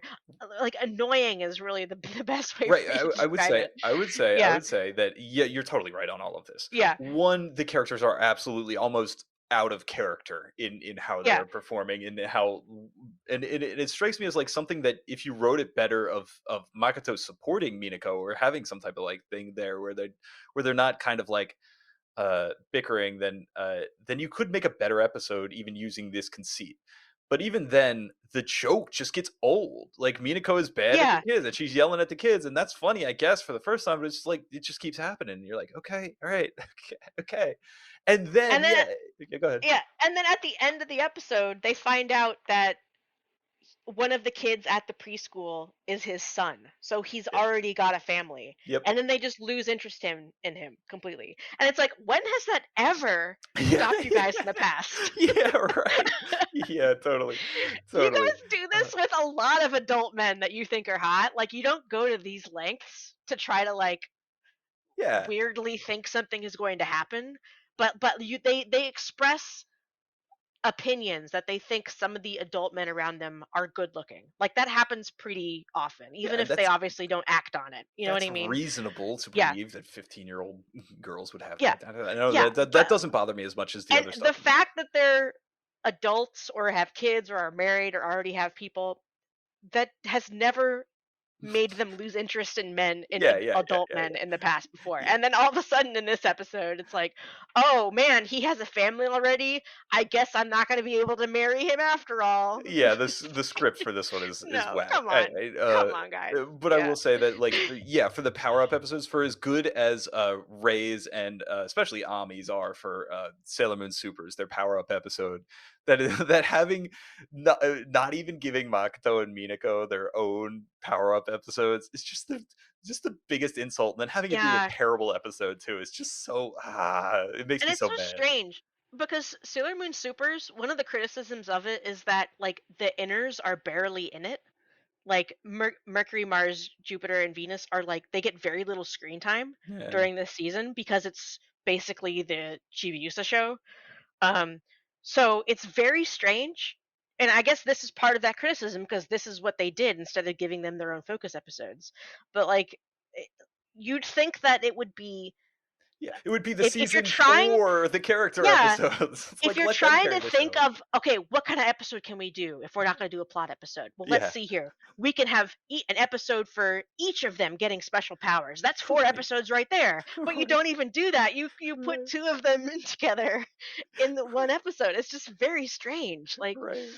yeah. See, So, Ikuni, you got some splaining to do. That's all I gotta yeah. say. Like, what? Yeah. I don't get it, Like, man. it's very weird that a lot of these really bad ones happened on his watch. Yeah, yeah. It's just wild. Yeah. Just wild. Oh boy. I think this one comes up later too. We'll see. Yeah. All right. IMDb's pick for the 6th worst episode is episode 56 from the Doomtree arc in Sailor Moon R. That is the Snow White play. This is another one where I can't even begin. I can't even begin to know how you would label this as one of the worst Yeah. episodes. I Yeah. hmm. You sorry, you go. You go. I was just gonna say, like, I also do not think this episode is bad. However, when I rewatched it, I can kind of see it a little bit if I squint my eyes. Because the plot of this episode is very contrived and it's a little bit strange. That being said, there's some of the most classic moments of the show happen in this Yes. episode. It's literally the Um, meme episode, right? With the talent. yeah, Yeah. exactly. It's a very funny episode, and Yes. it and then the From a play later where they're all wearing the goofy costumes. yeah, It's very funny. from a physical comedy Yeah, aspect of it, just yeah, them yeah. tripping over each other to try and transform is that's great. It's That's a very funny joke. entertaining. Yeah, It's a very entertaining yeah, episode. and Now, and yeah, the thing is that it's when I say that the plot of the episode is kind of contrived, what happens is that they're all so the plot is they're putting on a show. They're or Memoru, I should say. Memoru is part of a theater group and they're putting on a play of Snow White. right. And apparently everyone that he all of his friends, so like college students, because he's a college student, all of his adult friends couldn't decide who would get to play Snow White, so they all quit. So now, oh no, he needs an entire new group of people to put on this play for him, or else the play can't go on. So that's That's fun. the I don't know why you're yeah. bringing that up as a negative. I think Well, that's well, fun. I'm not bringing it up as negative at Okay, all. okay, I'm okay. just You just trying explained. just for people who might not remember what happens Right, in right, this right, right, episode. right. Um, and then so they're standing around arguing about who gets to play the princess, who has to play the evil witch, which nobody wants to play, Yeah. who's gonna have to be dwarves as leftovers, and then Ale walks Whoa, up whoa, and she's whoa, like, whoa, whoa. "Oh, you guys are doing a play? I want to be in the play." Yeah, Um, and and and she's like, "Oh, sorry, go ahead." but then when they're arguing, they all like throw out these different Yeah. ideas of why they should be Snow White, and Avi's like, "I don't have much time to study," and Snow White doesn't have any lines, Yeah, it's all very funny. and Jupiter's like, "I have the biggest tits, so fuck off." Yeah, yeah, and that part is really funny. Yes. And that's the stuff that makes the episode good. Yeah, Like yeah, that's yeah, why I don't think this is really a bad episode. But yeah. but Ale walks up and she's like, "Oh, I have an idea. Why don't we draw straws just to Mhm. figure it out?" Yeah, and And so she rigs so it. Yeah, yeah, yeah, yeah. she rigs the straw drawing so that she gets to be Snow White. But then you find out later in the episode, um, that they all knew she had cheated and they decided to let her have the role anyway, even though they had been arguing very fervently about it a Come second on, ago. come And on. You don't like that that? well, I'm just saying that if that being silly is the reason people don't like this episode, I can kind of see it because it does strike me as a little bit silly and contrived. But it doesn't ruin the episode for me at all. Like if I had to come up with any criticism that could potentially be the reason somebody wouldn't like this, maybe it would be that. But personally, doesn't ruin for Yeah, me all the stuff yeah, in this episode that's really good. Or maybe you just don't like Ale, which is very possible because a lot of people don't like the Doomtree arc. So yeah, maybe it's just a combination of it being like this lady is really super mean to us and we have no reason to want to care about making her like feel included, and then all of a sudden they want to make her feel included, like yeah, maybe. yeah. Yeah, You know what? I think there's yeah. a better redemption arc for you know what? I think now that you've made me think back on the finale to the Doomtree arc too, is like maybe for Alan and Anne, I like that name better than whatever the original Japanese or Ale and Anne. Alan Anne, Alien, right? It's supposed to that's Oh, what it's you're supposed right. to be. I said Ale earlier. I meant Anne. This episode's about Anne, not Yeah, yeah, Ale. yeah, yeah, Yeah. yeah, Yeah. yeah. For I think the reason I don't like it is because there's no tangible catharsis in redemption. There's no like uh the even like people like Tiger's Eye and Fish Eye get their moment of being redeemed, but Alan and Anne don't ever get the kind of like, well, we should be nice to her, or let's try and they don't get the Spectre Sisters thing of seeing the Yeah. light, you know, and I think Their that's redemption is ultimately still very selfish, where yeah, it's like, exactly. oh, we learned that we need to be better people because it's better for us to be better Yeah, people. yeah, They yeah, don't and we they want don't to get a become better moment people. where they realize that we need to be better because it's good to not treat other people poorly. Yeah, and this episode you know? could have been one of that. Yeah, yeah, Yeah, yeah, yeah. yeah. Yep, yep. Yeah. Yeah. Um. So, Anyway, yeah, no, this this is episode's hilarious. kind of a strange pick. Usagi as the witch alone makes this not a bottom 10 Yeah, episode. yeah, it's Yeah, funny. It's funny. yeah. All right, All right, moving moving on on. to your number 6. Oh boy, I did put this one here, didn't I? Oh boy. Oh god, yeah. So this is episode 122. This is the end of Sailor Moon S, and this is Ami versus Vilui. Vilui, I think that's how you say her name. I'm not Yeah. entirely sure because this character shows up for literally one episode in the show. and, Yeah. she's one of the witches 5, and she's the ice witch. And like the plot of this episode is it's all centered around Ami. It's another Ami episode, and it's really Ami indulgent. I think of it really puts Ami's purity and kind-heartedness on a pedestal, um, and I think it's really emblematic of like the Japanese fans love Ami type thing. Yeah, yeah. So she's invited to the Mugen Academy into the basement for some tests or something. I don't know. They're all there together taking a test or something. They're And taking a practice exam, okay, that's it. and it's being held at Mugen And they Academy. have to like search, Yeah. and they use it as an excuse to search, and then Vilui, for whatever reason, targets Ami, brings her to the basement, and is like, I've got bad science going on, and Amy's like, nah, don't have that bad science around here, that's evil. And then Which is Vilui's a theme that's going to get reused later for in a very cheap and lazy way, as we see when we get farther down on the list. okay, okay, look forward to it. Yeah. Yeah. Yeah, and then she just attacks Ami, and then Ami tries to fight alone, and she's yeah, it again hits that thing of, or it tries to do this whole Ami is so pure hearted, and she tries to embody the values and talk the villain down. And it's just not effective. It's like Sailor Moon does that a ton of times in very great, impactful ways, and this is not one of them at all. And just like attempting and then failing so bad at it, man, I don't get it. And Uranus and Neptune are like, no, Ami, why are you so kind-hearted? You have to smack him down. Yeah. You have to be mean. Yeah. We don't like Yeah. it when people are nice. We And think Ami's you have like, to no, be mean. have Yeah. to you have to be nice to the enemies. And like it's just so ham-fisted in the way that it does it. Those are the core values. Those are the things I love about the magical girl genre. But just seeing it play out like this is just, I don't know, the weakest attempt. It's bad. Yeah, I this is another one where I really didn't really remember what Yeah, happened in this exactly. episode. Right? I I have a really strong memory of what happens with Filui and Crystal in the manga. Like I remember Mhm. that chapter very well, Or but I to really didn't Lulu too. remember. I remember to Lulu. Yeah. Yeah, Yeah, yeah, I yeah. remember this character's name. I did not remember this character's name. Yeah. Um the you know let me not get on that tangent.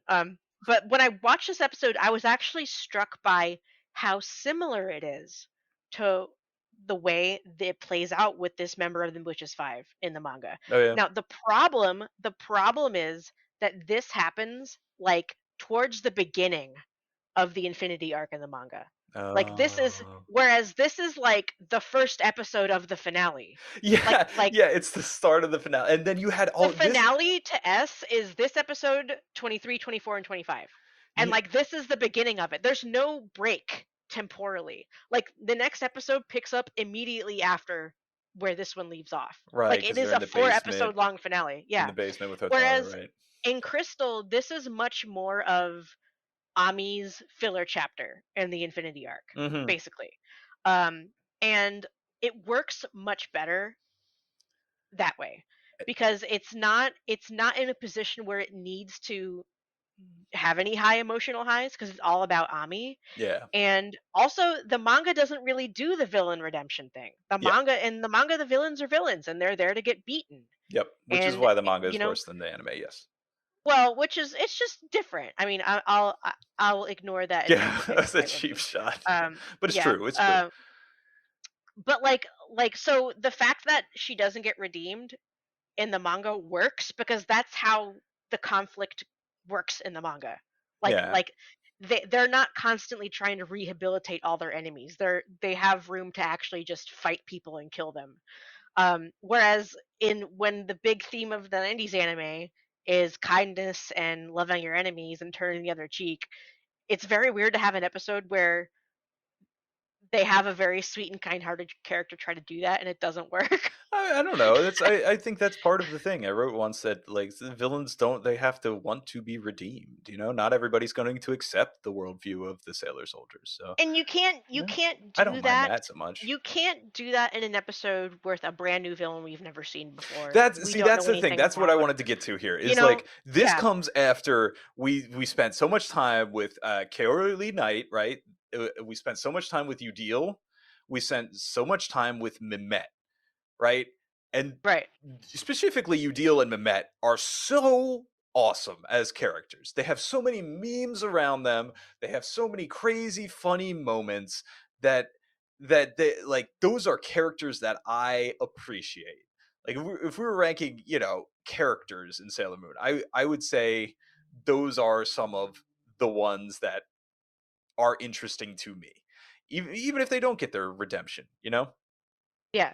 But then we're here and we've got like like you said, three episodes to wrap up this season, and then we see Vilui for the first time and she's gone, and it's just like, okay, And it just doesn't make any sense why they did it this way because in Sailor Moon R, um, with the Spectre sisters, they're all introduced at the very beginning. right? They're all established, and then we see them talking to each other and interacting with each other. We get a sense of like their relationships with each other.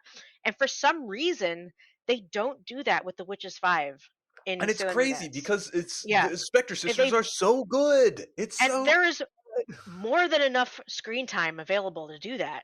And yeah, for some totally. reason they don't. And it's not to say that I don't like what they did do with Mehmet and Udiel. Like what they did do with those characters was great, but you had like three other Witches 5 to work with that you could have incorporated into some of that.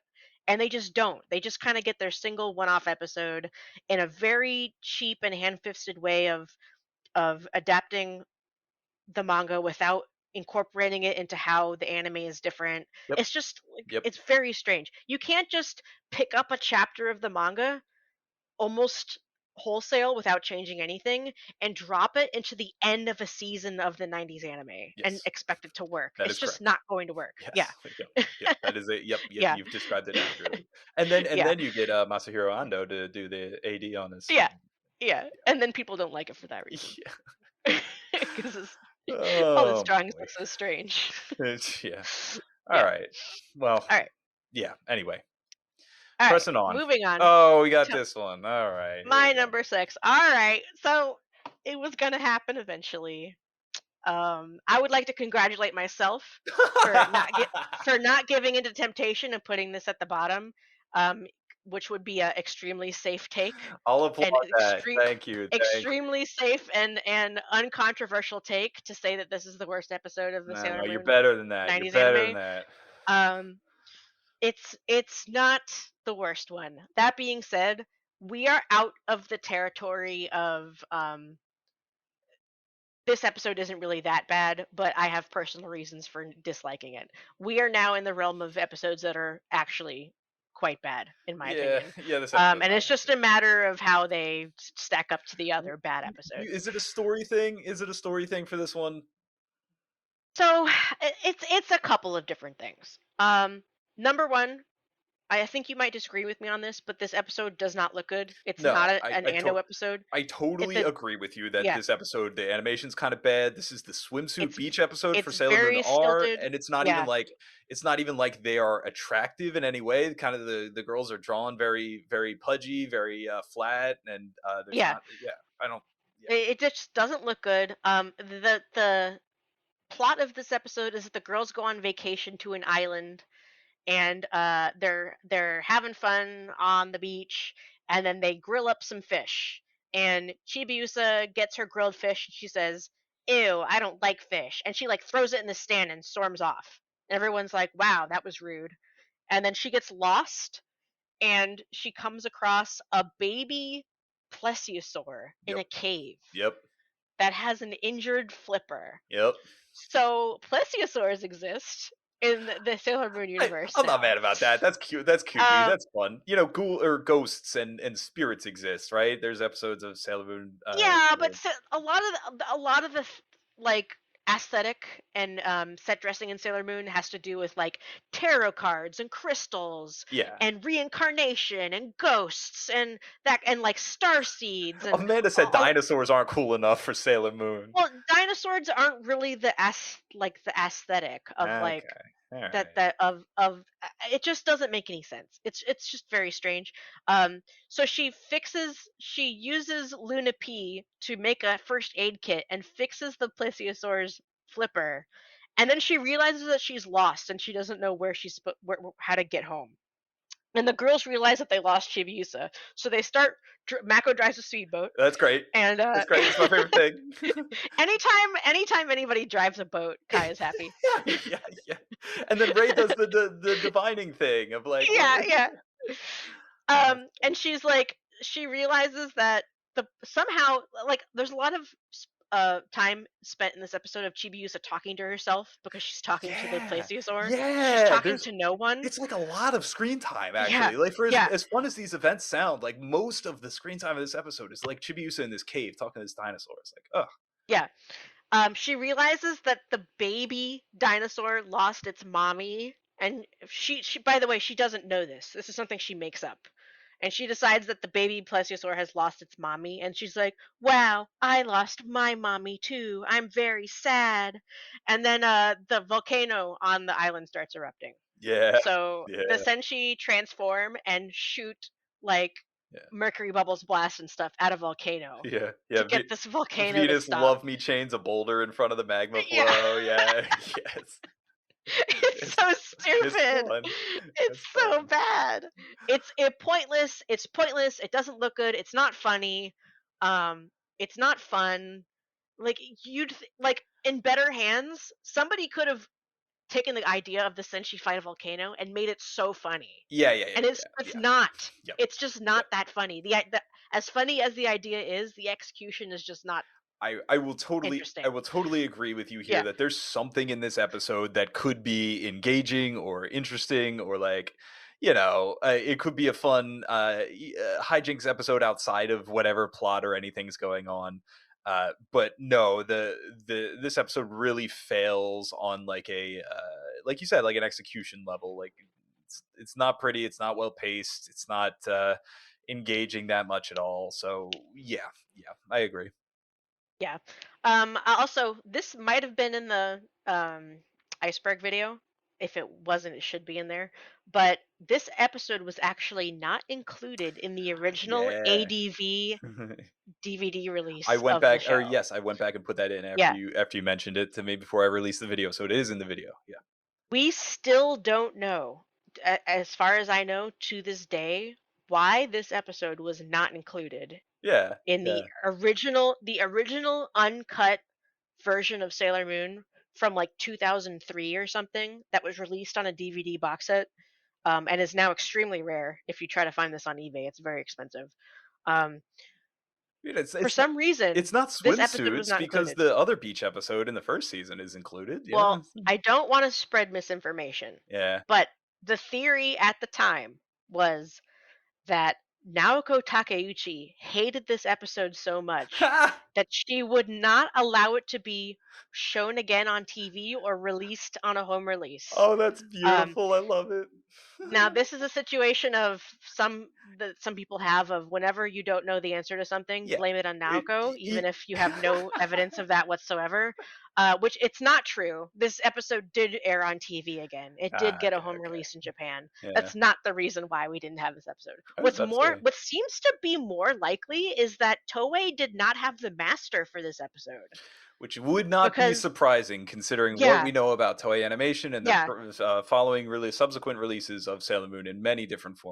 formats. Yes. Yeah, because I rewatched all these episodes when I did my rewatches. I watched it on Hulu, and this episode is noticeably more grainy and ugly looking than the other Sailor Moon R episodes. So, Yeah. if I had to have any kind of theory, my theory is probably that they lost part of the master of this episode, or they the entire thing, or they lost the audio to it, or something was damaged, and they couldn't actually Somebody bring was this episode over. so ashamed that this episode they just threw it out. They're like, don't keep that one. Yeah. Yeah. Yeah, So anyway, I'm not as personally offended by this episode. I can still enjoy it for what it is, but I would agree that this is a fine episode to include on a bottom episode list. yeah. All right. Moving Pressing on. on. Okay, so this is our first repeat so far, and I think there's a lot more of them. But IMDb's fifth worst rated episode is episode 155, which again is a sports day with Junjun.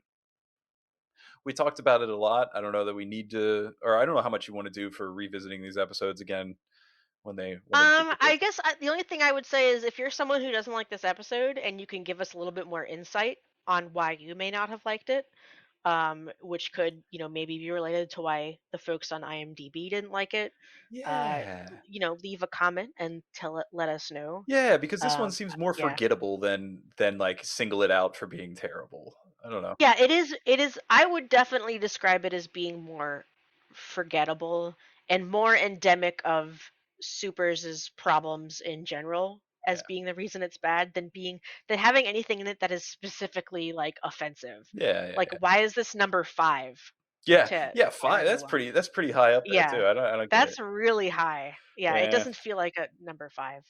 exactly. So yeah, I'm pressing let's just on. move on. Yeah. We're bringing in our first example of Sailor Stars here with my fifth worst episode of all time. That'll be episode 177. This is where we learn that Taiki is indeed the worst character in Sailor Moon and also a kind of terrible person. Does The anybody like Taiki? I don't Does think there's anybody actually I like don't think there's Taiki? a single person. I don't even think Yaten and Seiya like Taiki. I don't think anybody likes Yeah. Taiki. I really Does don't. anybody, if you separate Taiki from the trio of the Starlights and you look at Taiki on Taiki's own merits, does anybody like Taiki? Exactly. I, Exactly. like ignoring the fact that the Starlights are cool and she's a member of the Starlights. I Yeah. don't know. Yeah. I'm sure the Taiki fans might chime in and let us know why they like Taiki, but I think it's probably safe to say she is one of the least popular Yeah. main Senshi characters. Yeah. Um, and she's not good in this episode at all. This is a tangent, but do you use she for the starlights? I always use they. So I use I think yay. Honestly, I think any programs Yeah, probably work yeah, for them. probably. Yeah. I use she because technically Yeah. their male personas in any version of the story are disguises. Hmm. Yeah, yeah. So they are all technically she's, but they are very gender ambiguous in a lot of ways. So if you use he or they, I don't think anyone's going to jump down Right, your right, right, throat right, over right. it. Yeah. Sure. So the plot of this episode is that Taiki, the famous idol, is going on a television program with some astronomer, right? Some Yes. big old science A guy. scientist. Yeah, Yeah. and he's you see him in this episode staring up in his giant what do you call that, telescope, looking at the stars and everything. Yeah. And he's talking about the stars, and then he is doing a children's program, and he says to the one of the kids is like, "Professor, is it true that stars are dead relatives that are in the sky looking down upon us, or something like that?" and then the Something very, very very, saccharine and very very childlike, right? childish, you Yeah, know? like, Yeah. Yeah. and then the professor's like, yeah, Santa Claus does Of exist, course you it know? is. Yeah, Of course. yeah, Of course it's your dead grandpa looking down on you. yeah, Of course, yeah, yeah. sweetheart. Yeah. And And it's then like Tiny's like, Taiki is like "No." so mad about it. He's like so mad. I'm like, So Taiki, mad. why? So, it's a child, Taiki. It's Oh so stupid God. thinking back on it. And Ah, this is actually what I was talking about when we talked about like themes repeating with Ami, because I was in gonna a get big there. I way, was gonna get yeah. there. This is the same as I'm sorry. Vilui, right? Yeah. This is the same conflict as the Vilui episode, where Vilui is like, there's no room for emotion in science. Science is logical. You should put your emotions aside when you're being a scientist. And we are retreading the exact same ground Almost in to the this point where episode. we have the exact Yeah. same scenes and like Yeah. blocking on the screen of like Ami on her knees with in front of the Yeah. other person, like begging them to understand compassion and like Yeah. emotions. It's like So I don't like it stupid. then. I don't like it now. I really don't. I think it's Ami pandering. I think it's people are like, well, Ami's the best, so we got to give her situations in which she espouses the values at the other characters, and I don't think it works here either. And then you add in the fact that Taiki is just the most unlikable person, and it's just a miserable Yeah. episode. Yeah. It's not fun. It's not fun to watch. There's no laughs to be had at any point in the episode. Um where it's retreading old ground, and it's a very the whole core conflict of this is another thing what makes me go, oh, this the at this point in the show target audience of the show is like first graders. Like that's this is one of those episodes where that's what I say to myself, because it's just very silly. It's like, you know, cuz so just to take a step back, earlier we learned that this scientist guy discovered a comet younger when he was a younger man in his career, and the comet is coming back around and is going to be visible again for the Oh, right, first right, time right. since he discovered it. Oh, and there's this Um, whole thing of like, well, it's gonna yeah, rain, and you can't see the comment if it rains, and Hami's like, you gotta yeah, believe. yeah, and when they first have this, there's a discussion with Taiki and the scientist like earlier in the episode, in like the first half, where where they have the discussion with him, like, oh well, science is very logical, but your pursuit of science comes from passion. It comes from a genuine love of what you're studying. So you can't just say that science is logical, because people's there's a romantic spirit to a lot of what Right, science is right, about, right. wanting to know the unknown, wanting to look into the depths of the sky and know what's out there. The romantic idea of this thing only coming around every 20 years or whatever it is. People's passions and romantic ideas and emotions Yeah, are that's kind yeah, of what's an what important part of why they do these things in the first place, and even if it's logical. that's You what know? everybody's arguing about in Yeah, this episode, right? And that Ami is pretty heavily on the side of the emotions and being valuable and the things, right? the idea that Taiki doesn't understand that is just kind of laughable and Yeah, silly. yeah, Like, right, right. yeah, like Like they're a cyborg. if you're gonna have an emotions versus logic argument when it comes to science, like this is a very silly one-sided example of having that kind of discussion. Absolutely. Yeah, and it's just not interesting. It's not a good Taiki episode. He doesn't come across as a likable character. Yeah. Um, it's just not good. Yep. Yeah. Yep. Yep. That's So all I yeah, need to say about it. I have this on my list Oh, too. too. Uh, Okay. Yeah. I think I ranked it a little bit lower than you. I Yeah. really don't like This this episode episode either. sucks. Yeah. Yeah. Yeah. All right. I might I might have ranked it lower I or think you at the same did because spot your if episode 5 is the clip show, the recap. yeah, and honestly, I was considering for a moment if I should message you when we were making our picks and saying, "Hey, you want to just automatically disqualify the clip show Yeah. episode because obviously it's bad." Yeah, well, that's Um what I did actually. yeah. I just made my list, and then I was like, of course I'm not considering this because it's not even like an episode 33 of Utna or something where there's actually stuff in the clip show. It's just like Well, they I'm re- so glad you brought that up. okay, Because this is another one of those things where it's like, of course it's bad. It's a clip show episode, or of course it's bad. It's a beach episode, or one of those kind of arguments that you can make. Yeah. Like it's everyone and nobody likes these kind of episodes. They're always kind of pointless and silly. There's no Um, expectations for it to be anything other than yeah, that. the thing is, this really is just characters talking over reused footage with Yeah, yeah, nothing else yeah, added. yeah. Nothing else I is went back added and here. watched it, and yeah, because Yeah, they have the whole thing of like, well, who should be the leader of the next? Join us as it's we in Sailor Moon S so when we stupid. find out. And yeah, they're basically just talking about their personalities of like Ray, I'm a bit fiery and passionate, but I'm a good leader, and et cetera, et cetera, et cetera. And it's like, oh man, the And dialogue you is not bring good. The dialogue is not good. Is yeah, what I'm saying. Yeah. it's not even entertaining as a clip show episode. Like it's not good Like in any way. you could have had them read one of the radio plays or something, or one of the side stories, and then just put, Yeah. just put random footage over it that doesn't even match, and it would be a much better episode than Or this. give us like a framing uh like some kind of framing situation for why they're talking about this. Like episode 13 of Utana, where it's Dios talking to himself about what's been going on. Yeah. It's been a really long time since I watched it, but to my recollection, it's like it's I think Toga is in End of the World talking to Dios, Mhm. and they're talking about what's been happening at the school this whole time. And then there's like little breadcrumbs of like interesting things that are going to be happening in the plot coming up.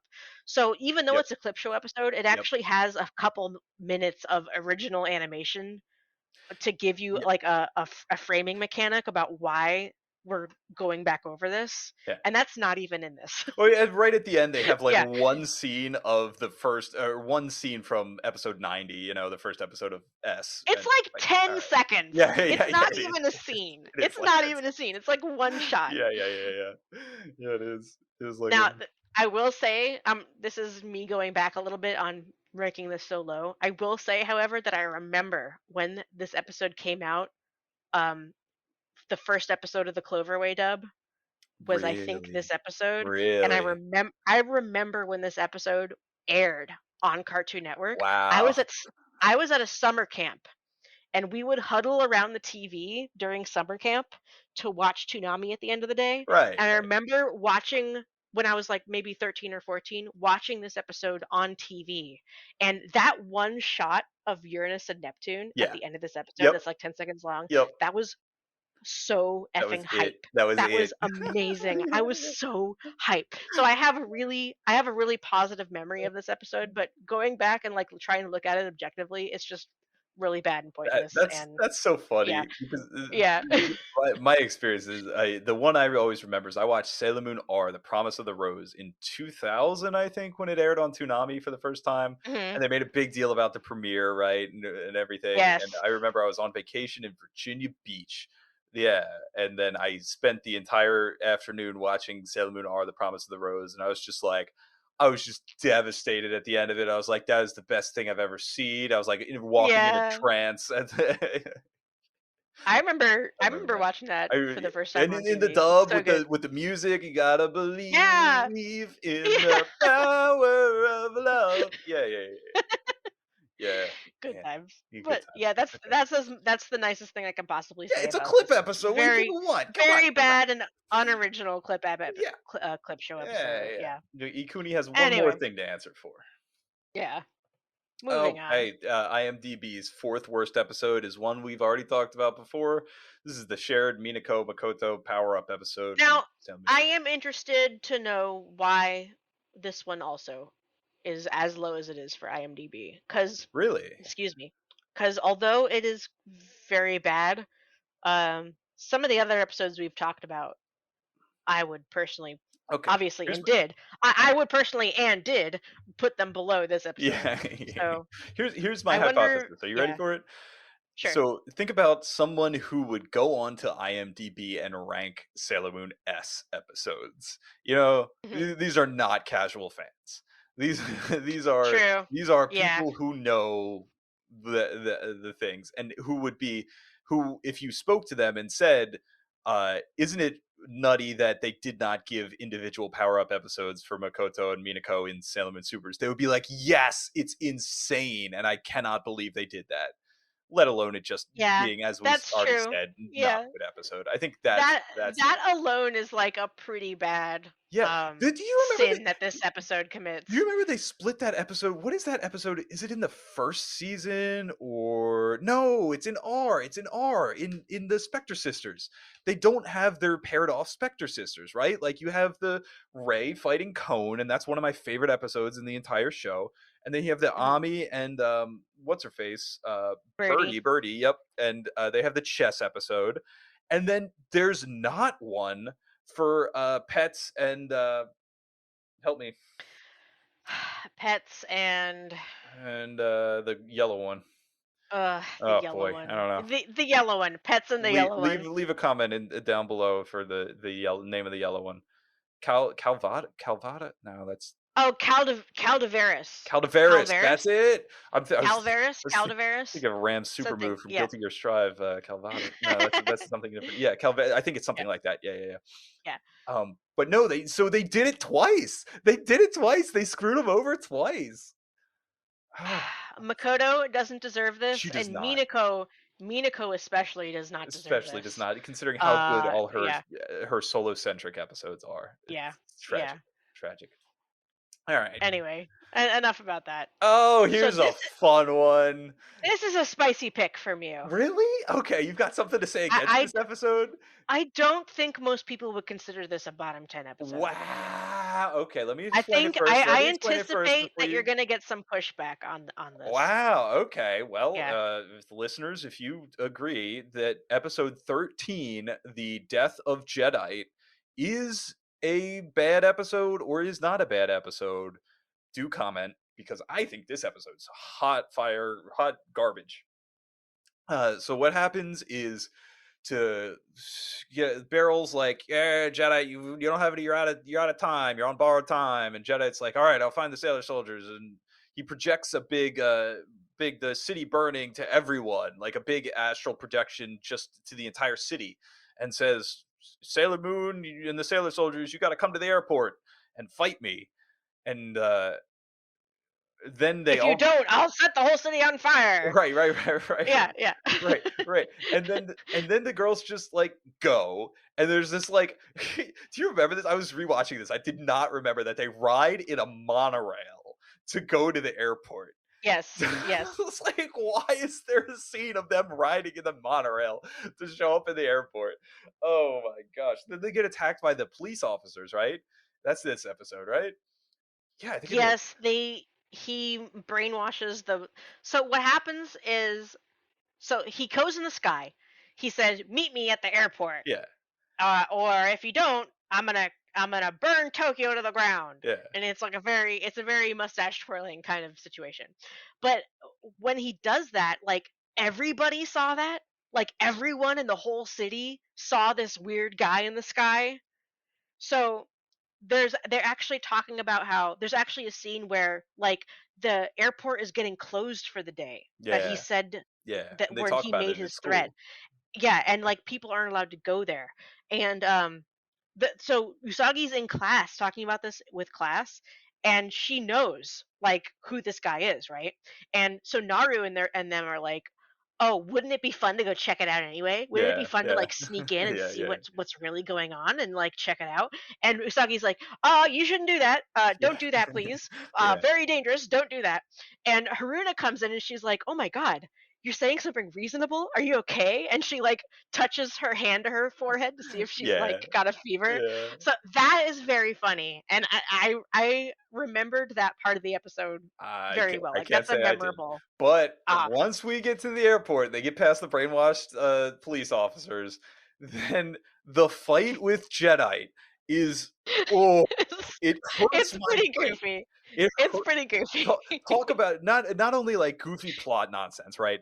Not only like from a different time, because Jedi like it goes on and the sailor soldiers have these lines about like girl power, like literal girl power, like he's like misogynistic towards them, And It is extremely And I'm ham-fisted. like, "What? Yeah. Okay, is that what we're doing? It Alright, is sure, sure, whatever." And it is then yeah. the drama is he sends the planes against them. Like, these 747s start slowly running d or coming down the runway towards the sailor soldiers, and it's, like, absolutely bereft of any type of drama because it's a complete farce of a comedy. You're like, "What? Just move out of the way of the plane." Which is not going that fast and can't turn like that. Like it's a plane. It's like you're gonna get crushed by the wheels of a plane. And Like, it doesn't seem like something that should be very difficult for them to and, th- dodge. and yes, It's very goofy. and then Tuxedo Mask shows up and he throws a rose, and there's literally 3 frames of animation of them like spinning around up on top of one of the control towers in Haneda Airport, and like, and then Tuxedo Mask like falls into the bay, and you think he's dead, and It's like, "Oh, no, maybe he's dead." Yeah. right? It's And it's it's like very silly. again completely bereft of any drama or any stakes. And then what did oh yeah, Mercury uses Chabon or bubble spray, and then Mars enchants this uses the what do you call them, the magic, the black magic, to enchant the planes to go after Jedi instead. And that's how they beat Jedi, and he just runs away, and then it gets killed by Queen Beryl. Yeah. like, And like that's the whole thing. that It is very goofy. It's Oh, very no, goofy. Yeah. episode It is 67 it's is goofy. goofy. This is like dumb.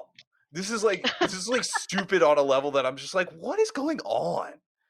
I don't know. I think the level of distaste you have for this episode is my level of distaste for the plesiosaur episode. Okay, yeah, Like that's I fair. think we can it's a situation where we can both agree that they're not good, but you hate this one and I hate that one. See, and the other thing for this, the last thing I'll say about this episode is this is Uh-huh. the emblematic growing the beard episode. That's straight from TV tropes. That's straight from Star Trek: The Next Generation. Because Sailor Moon doesn't become Sailor Moon, I feel, until the Nephrite Naru arc in season 1. And like Yeah. Jedi is such a, yeah, like a Dick Dastardly, like mustache twirling nobody of a villain that I don't even I I I don't hate to see him go. That's what I'll say. And Yeah. like the 13 episodes He's pretty forgettable. spent with Jedi are just like, like we said, there are some good episodes in that run, right? Taken individually, But but Jedi's not the reason that those episodes are yeah, good. exactly. That's what I'm saying. Yeah. That's what I'm saying. Yeah. Yeah. Agreed. All right, pressing on. That's my All spiel. right. My Oh, yeah. episode, my number 4 is the toxic weight loss episode that we mentioned further upwards earlier. It is bad for all the reasons we've talked about. I Yeah. don't know if I don't know if I really need to get Yeah, we into don't have to rehash this one. the This specifics like of it. I just want to emphasize like how um when I use the word toxic, like that is definitely an intentional use of that word, knowing what it means, because this is the kind of children's media and girls' media that gives people eating disorders. oh yeah, totally, totally. And you that's know, even mentioned in this episode. yeah, like they like in the early part of the episode, they notice Haruna has come to, is at school, and she's like tired and gaunt. Like they Yeah. draw her with Yeah, like yeah, gaunt yeah, features yeah, on her dark face. dark eyelids, yeah. And somebody says something like, "Wow, she looks terrible," but her body looks really good lately. And then Yeah, they're all like, "Oh, she goes going to a new gym. Maybe we should go and we can look good too." yeah. And or like Usagi freaks out earlier in the episode about gaining a kilogram, Yep, yep. and instead of her family telling her like, "Who cares? Like you're fine." They're all like, "Well, you could be eating better and you could be doing this and you could be doing that." There's the girl in this screenshot here, the short-haired brown girl is like a minor character that shows up in the early part of season 1, some of the episodes with like scenes with Umino and Naru, who's like drawn with like very rounded features. So she's kind of meant to be like a Oh, plus size she's a character. chubby girl. Yeah, yeah, yeah, yeah. Yeah, and like there's a scene where she's like, "Oh, I've tried a lot of diets and none of them work." Yeah, And her friends are like being passive aggressive about it. They're like, "Oh, really? They didn't work?" like they're trying to pretend they didn't notice. Where the implication is like, "Girl, we know they didn't wear it because you're fat." And it's like it's just very negative. Like a lot of it is just really bad. Right, and Um, and for me, I don't even have that as, like, yeah, a thing in my life that I have as some type of a pain point or something. I know a lot of right, people certainly do and have had these issues, actually, it's but, even then, it really does feel like if you wanna do a if the conceit is, like, teenage girls can worry about their weight, and, like, yes, that's a thing you can make an episode about, okay, let's right. do it. Then the way that this was handled, and maybe it was the times, but also it just feels off from the true experience of people struggling with weight loss. Um, Yeah. yeah, yeah, It's just like not good. Luna is mean to Usagi in this episode about gaining weight. Like it's just very mean. It's a yeah, very mean yeah. negative episode. It's not good. When Panty and Stocking does a fat episode better than Sailor Moon, then Yeah, know exactly. Exactly. something's wrong. Yeah, Yeah, yeah. yeah. Treats you with So more anyway, respect. Yeah, yeah, that's enough yeah, about that. yeah. Yeah. Keep okay. This is a good one. This is what I completely forgot about. The number This is also I forgot about Yeah, it. Like you're very right. Yeah. forgettable. This is Yeah. IMDb's third worst episode of all time, which I'm sure we're both completely in agreement. This is episode 79. This is Artemis goes to the animal sanctuary and just gets kicked around for the entire episode. Um They're trying so hard to redo Luna's worst day ever. yeah, they And really it are. is so not that episode. It is so incredibly not that. Yeah, which Yeah, again, if you look back on our best episodes of all time, Luna's worst day ever, absolutely one of the best episodes of Sailor yeah, Moon. yeah. And Artemis's version is man, does it not even come close. What's the plot in this episode? I- He's like trying oh no, he he's gets like he gets bullied by Usagi and Luna, doesn't he? yeah, they're like mean to him and he's like, Yeah, "You know what? I'm not appreciated." And he leaves. yeah, Which can be like I think that idea that's alone is a fine. great idea Yeah, for an episode totally, because people are mean to Artemis because he is kind of a jerk. right. So it does make sense if you want to do an episode about him and maybe flesh him out a little bit. Right, you know what it It reminds does me make of? sense for that to be the premise. It reminds me of, Sokka from Avatar: The Last Airbender, where Sokka is the butt monkey in that show too, but Yeah. he Yeah. gets his episode, and you by the end, you're like, "Oh, Sokka's cool. He Yeah, is a exactly. goofball, Yeah. but he's cool." Or Uh, Artemis never gets that. no, he never gets it. It's just like Yeah. they try in this episode, I think they try to make him appear brave in much the same way they try and make Yurichiro appear, like a reasonable human being or a good representation of masculinity, and man, He Artemis is is not. so lame. He's so lame in this Yeah. episode, even if you're He trying to make him appear good or yeah. think about him in a positive light, he still appears like He basically runs away y and yeah, like, gets I bullied think into running away, like, doesn't even yeah, confront them directly. He's just like, right. "Yeah." And I think he stumbles across like some kind of Black Moon uh plot happening at like a local petting zoo or a Yeah, local like Animal I don't Sanctuary. The an guy animal the sanctuary. main Yeah. guy is the one who gets mind controlled by Emerald, right? Or Yeah, taken I with a think so. crystal. Yeah. Yeah. And so he's trying to take on like an army of animals basically by himself, which doesn't make any sense. No. Uh, Artemis, you're not a Sailor Senshi. You're not going to take on the Black Moon by yourself. I don't care how bullied you think you are. It doesn't make any sense. And all this Um, conflict is, like, physical too. Like, he just gets yeah, smashed in for the entire episode. it's not slapstick It's a comedy. cat! It's not done in a funny and entertaining way the way Yeah. Luna's episode is. Right. Yeah. Right, and It and he's actually doing battle with these animals, and it's not cute and yeah. entertaining. Yeah, or, like, Yeah. have him I don't know, do even, like, an S movie thing where, like, it focuses on Luna and about her relationship to the dude in the thing, right? Yeah. And, like, Yeah. have that be it, but no, it's, like, physical with Artemis and trying to regain his pride, and man, I don't see it. Also, it's an Ando episode, and it does not look great. Is all the It's animals not one of the look good jank. Ando episodes. No, Yeah. it's because there's so many It's not. animals in this one. It's like, yeah, I don't know. Unless it's Ikuhara doing it, you can't make animal shenanigans work. But I'm saying. Ikuhara knows how to make animal shenanigans work very well. That's what I'm saying. Did Yeah. you watch Gundam: The Witch from Mercury? This is I neither here have nor there. I have not watched it. Okay. No. I we You. My husband and I just finished Spy X Family Oh like a shoot, we got few to talk days about ago. that. Oh Yeah. man, did you like Yeah. that? That's not Yeah, it was relevant to this great. podcast. Uh, Yeah, I like I Spy thought it X. was so good. I Yeah. thought I love. Yeah. I went to Otakon and I got a couple things for my friend who watched it too. We were big on Anya, so I found a lot of smug Anya stuff, some Anya blind box Cute. stuff. Yep. Awesome. Yeah. Yeah. But yeah, I have not watched Witch for Mercury yet. Okay. Is Well, it good? there's a Does it involve animal shenanigans? no. That's why I say is they adapt the character of Oh. Choo Choo into a minor character in the show. Oh, Yeah, okay. Interesting. It's really cute. It's really cute, and she has the same personality of Choo Choo. It's very endearing. I was just thinking of that. Uh, shall we move on to one of the Let's do truly it. Yeah. truly Okay. So we're worst at the point now. episodes of the show? Like, we're like these are unforgivable episodes. They like legitimately do upset me to watch them. Like, I would skip these episodes or erase them from my memory if I had the opportunity to.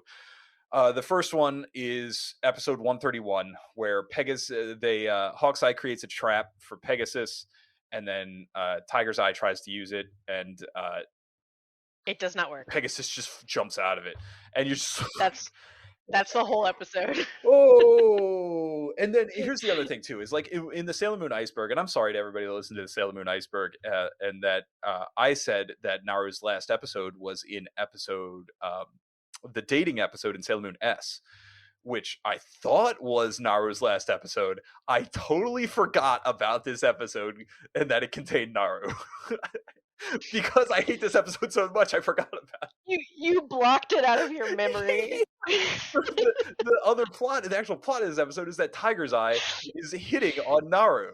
And this is the same thing of Ray, is that Naru deserves way better than Umino. I think Umino sucks. I mean, he's not as bad as Yurichiro, but like that Naru, the conflict in this episode is that Tiger's Eye is pretty and he's trying to come and steal Naru away in an NTR situation, but she loves Umino. And the fact is that I don't believe that she loves Umino. Like I don't I either. know they have She always episodes. I know it's on screen that yeah. they have this relationship form, but I still don't believe it, and I think it's dumb. So I don't respect that either. So I would like to point out this is like maybe the third or fourth episode of Sailor Moon Supers. Right. So this is like very early Yeah. in Sailor Moon Supers. And the at the start of the episode, it's actually a little bit interesting and promising because the Amazon trio has this discussion where it's like we're trying to get Pegasus. We don't know where he is. We're trying to find him and get him for Zirconia, but we don't know where to find him.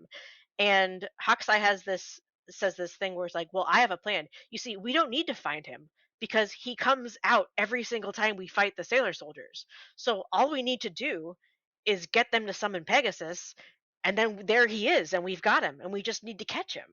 Which is brilliant Yeah. and extremely true. Right, yeah. You're like, whoa, the villains are thinking, oh boy. You don't need to look at the dream mirrors. You just need them to summon Pegasus for you. Yeah. So he's like, well, I have an idea. I'm going to make a trap. By the way, I was on another podcast where every episode was dedicated to a episode of Sailor Moon. It's called Sailor Business. The podcast is over now, but it ran for like 4 or 5 years. I referenced that in the Iceberg. Yeah. I didn't know It was a great. It was a. That's great. Yeah, I was on that. This is one of the episodes I was on for. Really? So there's another podcast out there of me complaining about how much I hate this episode for like 2 hours. So I have this is like a weird. Me and this episode are like mortal enemies, basically. That's crazy. But so Hawkeye is like, well, I have a plan. I'm gonna set a trap for Pegasus, and it's like this big steel cage with bars on all sides and bars over the top, and there's like these electrical things in the corners, and he goes through this long techno babble monologue about how. So the thing is that Pegasus doesn't have a physical form. Yeah. So what we're gonna do is I'm gonna charge antimatter with negative particles and create a pocket in space-time Yeah. that can reach into the spirits of living beings who exist in the real world and capture their, and then he goes on this big long explanation of how this is going to work and why he's really sure that this is going to work. So And and they and and target Naru. and like you They said though, target Naru. Yeah. like you said though, Sorry, go like ahead. that the idea of the bad guys having this plan and creating this trap and loading this Chekhov's gun, this is like I remember some Precure times when this happens, or sometimes in other magical girl shows, and you're like, oh, this is something. Like something is going to Yeah. change here. They're going to use this as an avenue to force the characters to either think about the combat situations Yeah. differently, or like have some emotional Or breakthrough or something like Or that. if this doesn't work, we're gonna learn something. We're Yeah. gonna get Yeah. new information Right. about what the situation is that teaches us something important about why this didn't work Right. and how, and this is gonna change how the characters react to the situation going forward because they have the new information. No, that doesn't happen. They they target Naru. He brings in his trap. Chibi uses summons Pegasus, and she sees him flying towards the trap, and he's like, "No, Pegasus, no, don't fly in here." Pegasus ignores her, keeps flying anyway. The trap comes down, and Pegasus just Jumps flies out of there. straight It through it. He flies just straight through the pocket thing that we were talking about, like it's in the middle of the cage. He flies through it, through the bars, through the roof of it, and flies away. just there's nothing, there's no It's so line about stupid. it. There's no he just jumps right out of there. Didn't even see that cage. What cage? Get behind me. Like Yeah, and this concept of, oh well, we don't need to look in dream mirrors because we just need to get them to summon Pegasus for us, never revisited. yeah. Yep. Like Yep. the possibility of this plan working in some other way never comes up again. So they just keep going. They just go back to looking in dream mirrors. It's so stupid. It's so pointless. You miss nothing. It's very skippable. It's not fun to watch. It's not Yep. funny. It's not even Uh, like the Naru yeah. debating over being with Tiger's Eye is actually valid, or any, or is given any type of Oh yeah. weight. There's this whole there's this whole subplot where Tiger's Eye decides he's gonna get Naru to be interested in him by lying to her and saying that he only has 3 months to live. Oh yeah, yeah, And yeah, yeah. and he's like, "Will you please be my girlfriend before I die, so I can experience love before I die?" And Naru like actually is like torn up about whether she should do this or not through the It's whole episode. it's some primo emotional manipulation. That's like, ooh, ooh.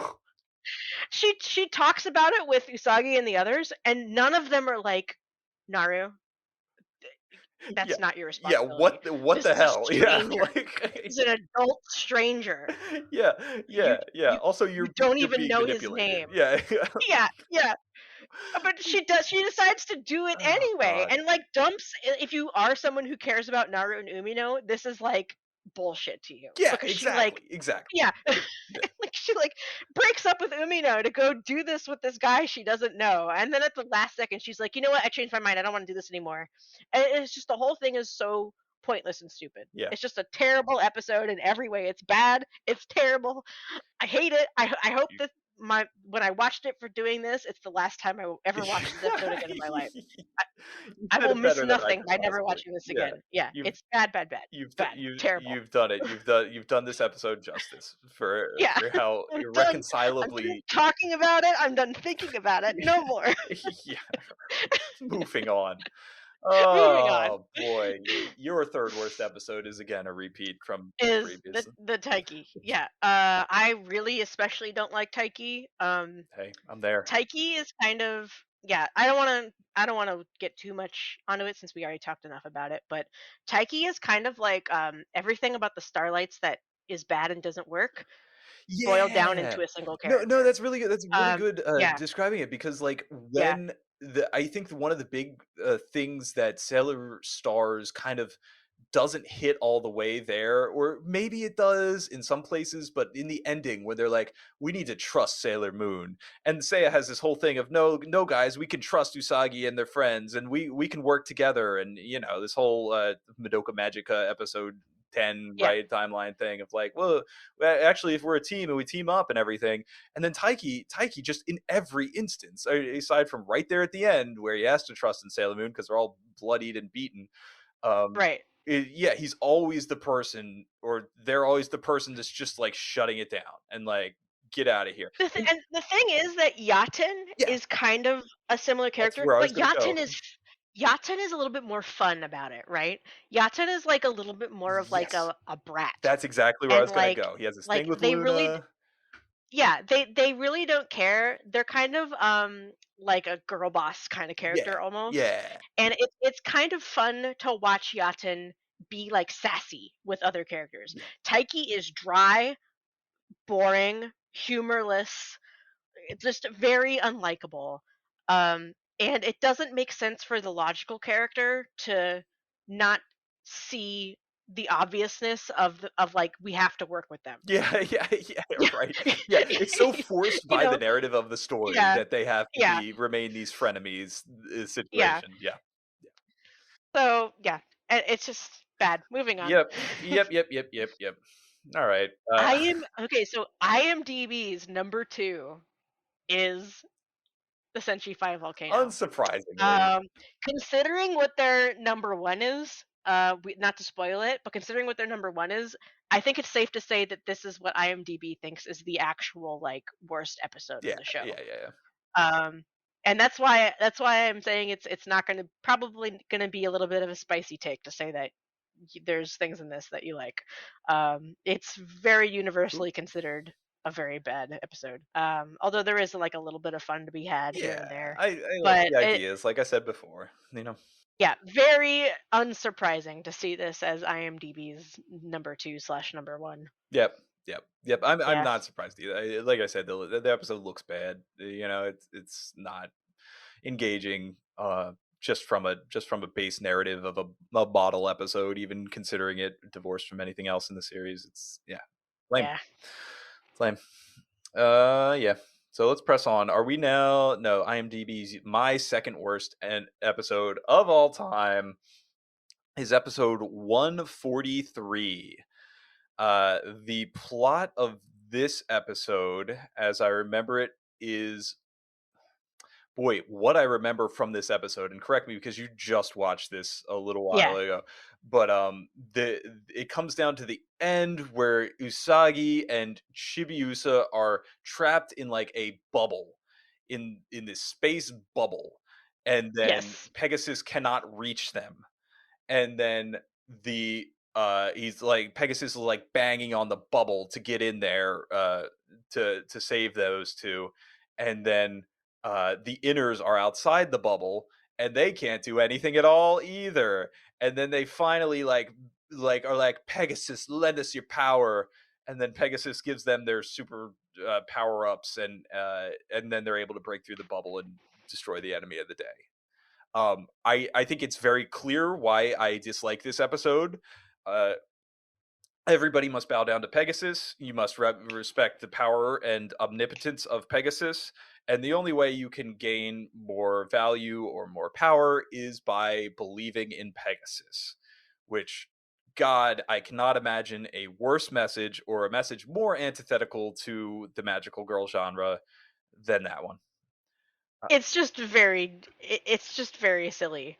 The whole concept, and that's one of those things where that's a flaw of supers, very much so, where the whole plot of supers revolves around the fact that they cannot do anything without Yeah, Pegasus. yeah, it's bad. Like, and we're gonna see that Yeah, in spoilers. another episode that we're going to be talking about very shortly, where Pegasus runs the whole show in Sailor Moon Supers. They cannot do anything without him. Chibiusa has to summon him every time they want to fight anybody, and none of the powers that they use in Sailor Moon Supers comes from their own Do you strength of remember? heart or Yeah. Do you remember? anything. Do you remember the power up in R where they go into like the Sagi goes into the thing and talks to Queen Serenity or the thing, and then it's like Mamoru's like it's the power of our love that made this magical rod Yeah, appear and that stuff. Or do you exactly. remember the Promise of the Rose, which I think is some of the best content of Sailor Moon, where it's like all they bring back all the memories and all the times they had together are part of the contribution to the finale, and Right, then Mamoru's love gives the kiss at the end, and like all of that right. is empowered instead of just some random horse, you know?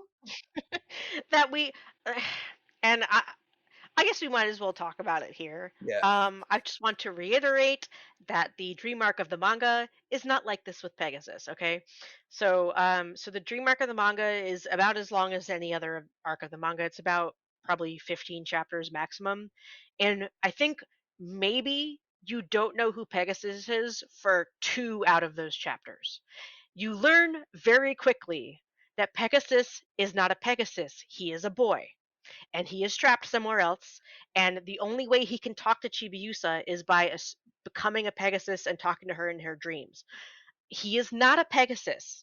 He is a human being, He's the priest and of and Elysium or it whatever, and then completely, yeah, separate it the two. completely changes their in the entire framing of their relationship Yeah. going through the entire thing. Yeah. Also, Pegasus never asks Chibiusa to lie to her friends about him. Yeah. He never asks her to keep secrets. Yeah, wait, They we'll get all there. know We'll about get there. Pegasus Calm from the down. We'll get very there. beginning. It's Spoilers. so it's so stupid. Is there anything And I'm misremembering about episode 143 specifically? Because you've mentioned a lot of stuff that's actually we should hold off well, on. not to say spoilers, but this is my number one episode of the worst episode Oh, of the okay, show. okay. I didn't know. Yep, yep, Um, yep. and you are skipping over a significant portion. What else Um, happens in this episode? Because I did rewatch it, but I've forgotten it oh, since I rewatched you it don't 2 weeks remember, huh? ago. I don't You don't remember. remember, huh? I don't tell me. Yeah, I notice a lot of people seem to block this episode out of their memory, almost like a coping mechanism, Strange how uh, that works. to to forget about all the other stuff that's Odd in this that. episode. Oh, tell me about Um, it. yeah, maybe why don't we save that until Hmm. we get to our number one picks? Sounds Because good. as I said, this You, is my number one and worst episode. you, So let's get to that yeah. when we get to that. Yeah, there's All more right. bad in this episode. Yeah. Okay, Yeah. your second worst episode. Oh, Was the surprise! Pegasus Look, flies it's out of the trap. Pegasus Yeah. again, flying out of the trap. The second worst episode in the show. I don't know what else to say. I've said everything I I have to say about honestly, this. if you clicked on this video, I don't know what you were expecting, other than this. Like, what? Yeah. Come on, right? This is why you should really, the thumbnail for this video really should be a picture of Pegasus from one of the Pegasus episodes. Oh, I don't know. I have some good thumbnails already. The couple that I sent to you. I don't know. You're probably right, but dang. Yeah. Yeah, maybe I'll put it in there. Uh Maybe I'll get a. yeah. I'll get a. Yeah. Let's get to our You number one skipping? picks All here. right. IMDb's number one worst episode is episode 89, the clip show for The clip Salem show. and R. Yeah. Yeah. So Okay. when I said, like, considering that the clip show is their bottom number one bottom episode, that basically means that their number two pick, which is the Plesiosaur episode, is their pick for the worst actual episode of the Yeah. show. Yeah.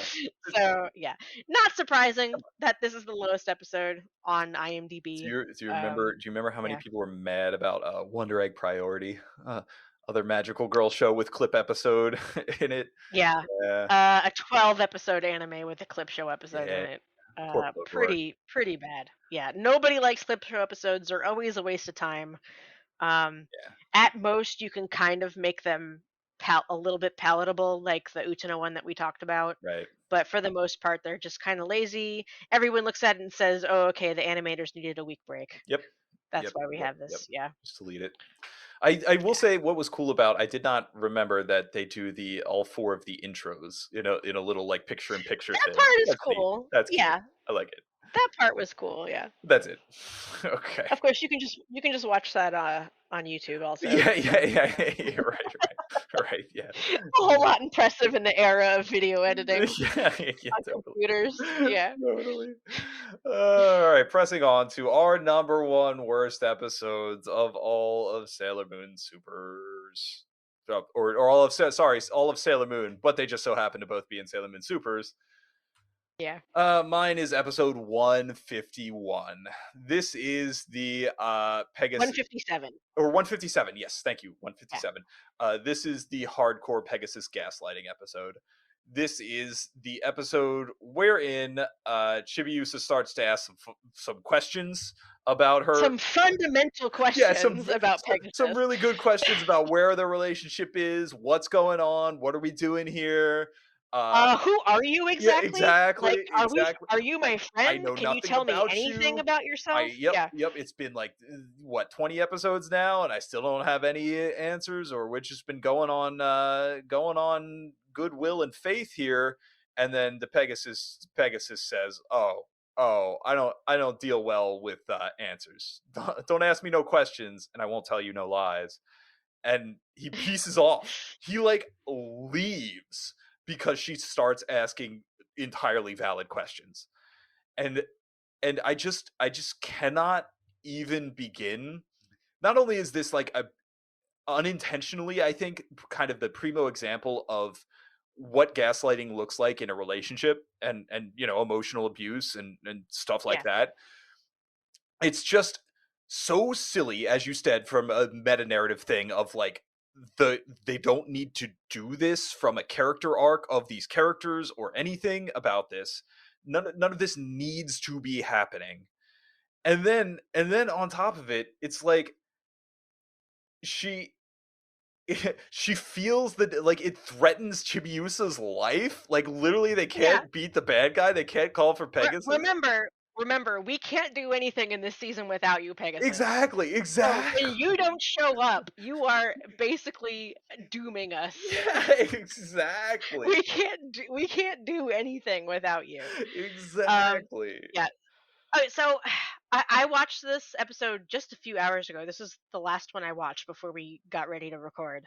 And I have to say I did not remember anything about this Me episode. either. Do you This know is one of those ones where just forgot it did completely, and you then as I was watching it, I was like, "This is bad." if you would have asked me before I rewatched it, looking specifically for the worst episodes, I would never in a million years have been able to tell you the B plot of this episode, the non-Pegasus Yeah, Chibiusa plot. And it's about a guy trying to build a plane, a glider, a like a bicycle plane, like Wright brothers it down a like a hill. little kid, Yeah. like a little kid who's Chibiusa's age. Yeah, and So it's about this guy who's a stranger. They don't know this kid. They go to a park one day and they see this random kid trying to launch what is basically a bicycle with a hang glider attached to it, yep, like above yep, it, like a umbrella above him. yep. And he's trying to what he seems to be trying to do is like pump the pedals on his bike and then lift off and fly. And first of all, extremely dangerous. Don't do this. If you are a little 8-year-old child, do not attempt to ride your bike and make your bike fly. Um, I just want to reiterate that this is someone Chibiusa's age trying to do this. Sure. So they watch him crash, and they run over to him, and they're like, "Oh, are you okay?" And he's like, "Yeah, I'm fine. I'm just trying to test my flying machine." And they try to start talking to him, like, "Wow, that's really cool. You're trying to make a flying machine. Can you tell us more? Like, does it work?" And he's like, "No, stop talking to me. Don't talk to me about it." And he like runs away. Yeah.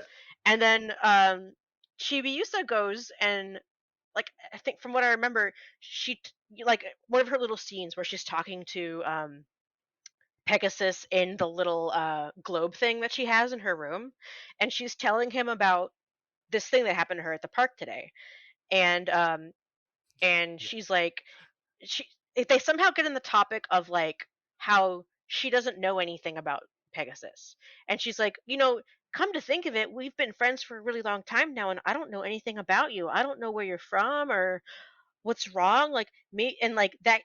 This is what it was. The kid at the park wouldn't let us help him. He wouldn't even tell us what he needed help with. Isn't that so weird that he wouldn't even, like, we're trying to help him, he wouldn't even talk to us? And she's like, come to think of it, you won't even tell me what I can do to help you either. Even though you want my help, you won't tell me what it is that I can even do to help you. Well, like, why don't you tell me some of that? And Pegasus is like, no, I don't want to tell you about that. Yeah. And then she's like, "Why? Aren't we friends?" And he's like, "If you keep asking questions, we're not gonna be friends anymore." Yeah. Yeah. Yeah. And then he's like, I just can't be with Yeah, you. He goes very quickly to yeah. like, I'll And have to leave. he's like, "I'm sorry, if you can't just trust me blindly, then I'm just gonna have to leave you and we just Right. can't be friends." Right. Right. Yeah, Yeah. yeah. Um, and he leaves. He leaves. He does. He disappears from the globe, and she's like, "Wait, where are you going?"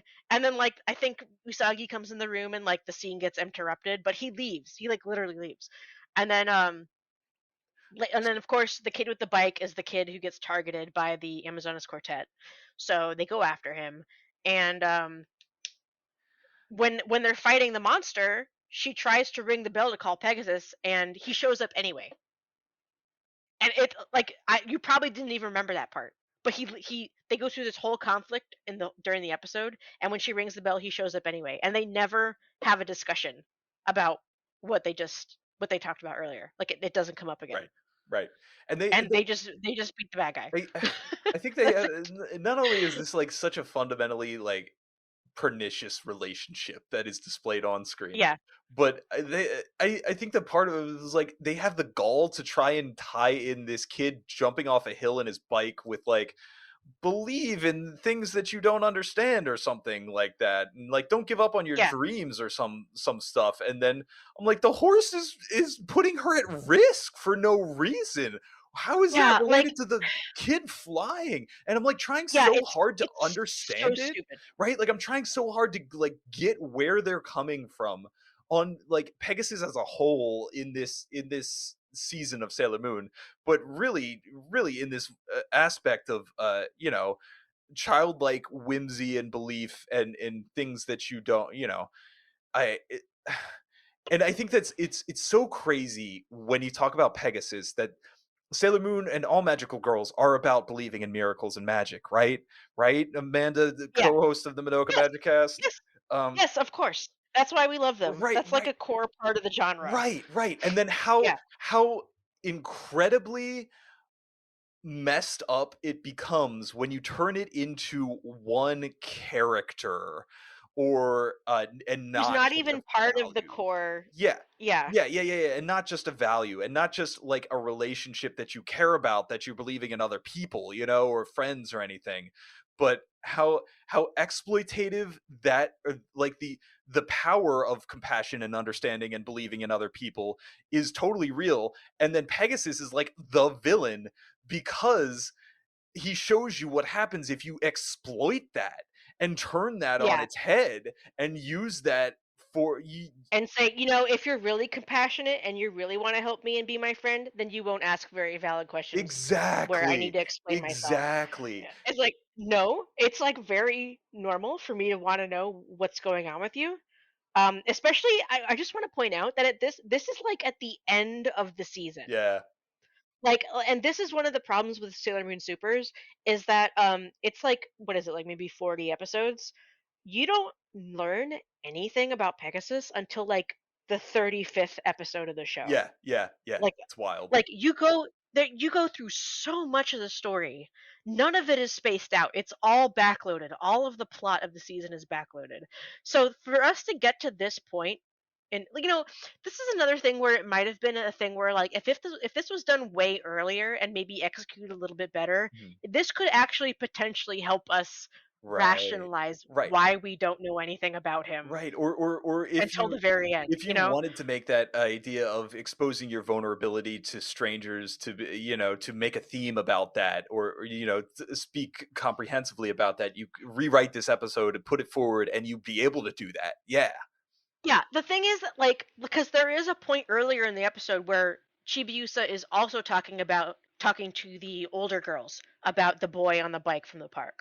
And she's like, "Yeah, we were just trying to talk to him and he was being really mean to us. I don't understand." And I forget who it is, it might have been Makoto maybe, is like, someone doesn't have to tell you their secrets just because you ask them. You're not necessarily entitled to know everything about a person, Right. and you can still be friends with someone even if you don't know everything about them and they keep some things private about themselves, Right. you know and which is like Sure. an angle that this episode could have been about. Yeah. Yeah. The problem is that Pegasus is literally necessary for them to not die Yeah. when they're Exactly. when they're fighting monsters. Exactly. And for you to withhold that necessary power that you're giving everybody and just say, "Okay, bye." Yeah. And if you don't trust me, then I'm just gonna leave. and I just can't do that anymore. Like that's actually the problem with it because it's like a weird like it's like a power dynamic basically. Yeah, Like yeah. you know, Yes, I and do. all Yep. she's doing is asking for like a very fair Oh, yeah. question, and he comes out with threats Yep. Yep. like no, actually, if you ask me anything else, I'm gonna leave. That's what I'm saying. It's like I don't know. Yeah, It reminds me of. yeah. Did you watch Looking for Magical Do Re Mi, the movie that came out? It's a No, story I of haven't seen it. yeah. It's a story about like adult Yeah. women dealing with difficult relationships and those types of things. And there's actually like like a an asshole boyfriend that is in the thing, and it is actually a story, and it feels. And the girls have to like think about like how they deal with that and deal with it together and everything, and the exact behavior that Pegasus uses in this episode reminds me so much about the Oh the no, asshole the boyfriend. villain Yeah, boyfriend character. yeah. Yeah, It's terrible. yeah, it's not good. Yeah, this episode was bad. Honestly, if it hadn't been for the fact that I didn't even remember anything about this episode, I probably would have put this on my list instead of the Sports Day with Junjun episode. Yep, yep. I was about to say it Um, did not make your list, which yeah, is crazy, but yeah, which is I crazy get because you. this episode is definitely worse than that episode. Yeah, Like, and I didn't really even remember how bad it was or even really what happened in it until I watched it earlier today to get ready to record yeah. this. It really is quite bad. It's so bad. Yeah, it Oh is not good. gosh. Yeah. I don't. So, speaking of episodes that we blocked from our collective minds, shall we get to my number one pick? Your worst episode of all time, episode Uh, 143. so this is the same episode that we were talking about earlier, where the girls are trapped in the bubble and Pegasus can't get into the bubble. And he's like, "Well, I guess I'll just have to power up the other Senshi, but you have to believe in me Yeah, before yeah, I'm going yeah, to do yeah. that." And it's And crazy. they're all like, "But we don't know you. How do we know to trust you?" And then he's like, "Fine." And he just keeps like trying to bang himself. Yeah, Like he refuses yeah. to power them up until they say that they trust him. Um It's crazy that I did and not it's like, remember the rest of that episode, this episode. "Oh, yeah. Okay. So the plot of this episode is that one of the best monsters of the day. That is the only saving That's why I grace put him on of here this twice. episode. Yep. Like hands down one of the best monsters of the day of the whole show. Yep. Um the plot is that this Lemurus is like terrorizing people around Tokyo. Like the episode opens with him standing in the middle of a dark road as a truck is coming towards Oh, him, yeah. and the truck veers off of the side of the road to avoid hitting him and gets in a crash. So he's like it's like this Lemurus posing as Pegasus is like causing trouble Yes. in the city. Yes, I remember And the that. girls are hearing about this and they're like, "Wow, maybe we need to maybe there's something going on with Pegasus here. This is seems kind of bad." And of course she uses like Pegasus would never do that, and she gets it mad. Right, right. And And that's that's kind of so that's an yeah, interesting enough idea that they try and, besmirch the good name of Pegasus, kind of slander him, right? right, That's right. fun. That's fun. We got the monster of the day not appearing when the at the end, it's doing something. That's cool too. The uh the problem is that this is what I like to call the unforgivable fisheye episode. Because the victim of the day for this episode is a pretty little boy who goes to Chibiusa's school. And the scene where they pick his photo out as the victim is possibly the worst 2 minutes ever put to anime that I've ever Oh seen. no. Um, it is it's so bad that I hesitate to repeat some of the dialogue here. Um, Wow. it is very bad. It is the only I mean, I guess I'll just say it. There's no other word for it. It is the only pedophilia episode in Sailor Moon Supers, and it is and that's the victim that they give to the trans woman character. So this is the episode where the trans woman character, who is already acting like a sexual predator with her other two buddies, is the only one who goes after a like a very young child like a very young male child. Because there's some other episodes with Tiger's Eye where he goes after like high school students Oh, or other they're people who never go to. prepubescent. They're not. Yeah, this kid is like a 7 or 8 year old. Like he goes to school with Chibiusa. Um, and the stuff that Fish Eye says about him for why she's excited or they're excited to go after this victim is so bad. Um, and like even Fisheye and Tiger's Eye, or Tiger's Eye and Hawk's Yeah, Eye, they're off in put the by it. They're episode, like, even no, they are like, oh boy, okay. no, no, they're too young. And the stuff that Fisheye says is like it's the kind of stuff you don't want to repeat. Like I don't want a soundbite of my voice out there repeating the things that Fisheye said about this victim of the day. Um, the way that they approach him and try to talk to him, the way that they would some of the other victims during this thing, it's just not good. It's really, really bad. And the weird thing is that Fisheye is like kind of like a trans icon in anime. And when I see people treat Fisheye that way and talk about Fisheye very positively, I'm like, did you forget that this happened? Yeah, okay. Like, I Fisheye is not a positive can character. I can I Like, can I jump in here? yeah, And I yeah, completely understand. And I yeah, don't want to be the person. I don't want a soundbite of me like defending the pedophile actions, right? Like yeah. I get it, right? Um, I very much am of the opinion that I don't think there's any. I want to say this in an appropriate manner. I don't think there's any sin that is too extreme to be redeemed from. And Fisheye's redemption later on in Sailor Moon Supers is one of my favorite moments, and I think is I valid. understand, And and I do think that when people like Fisheye, it's one of the situations where, like, when queer kids were growing up in the '90s, there were like queer characters on TV were so few and far between that we had to just take what we could get. yeah, And Fisheye is fun in other ways. In other episodes, she is a very fun character, you know. yeah. Um, but like, it's guys, it's 2023. We no longer need to block this episode from our memory. Like we need to talk about and discuss the fact that this episode exists and that this is part of Fisheye. See, And maybe don't think specs as fondly on Fisheye as you might be uh see. entitled to. I would say that I'm not blocking it out. I'm not whitewashing over it. Instead, Mhm. I would like to read you something that I wrote. Let me see. 9 years ago, on Okay. Friday, August 1st, 2014, I wrote an essay about love in Sailor Moon, and I would like to read to you this excerpt.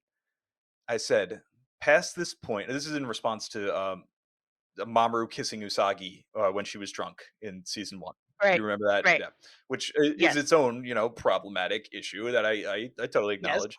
Yes. And Very I much. would say, I said, past this point, Sailor Moon will befriend, redeem, and indeed love murderers, rapists, pedophiles, traitorous friends, and villains guilty far more than stealing a kiss.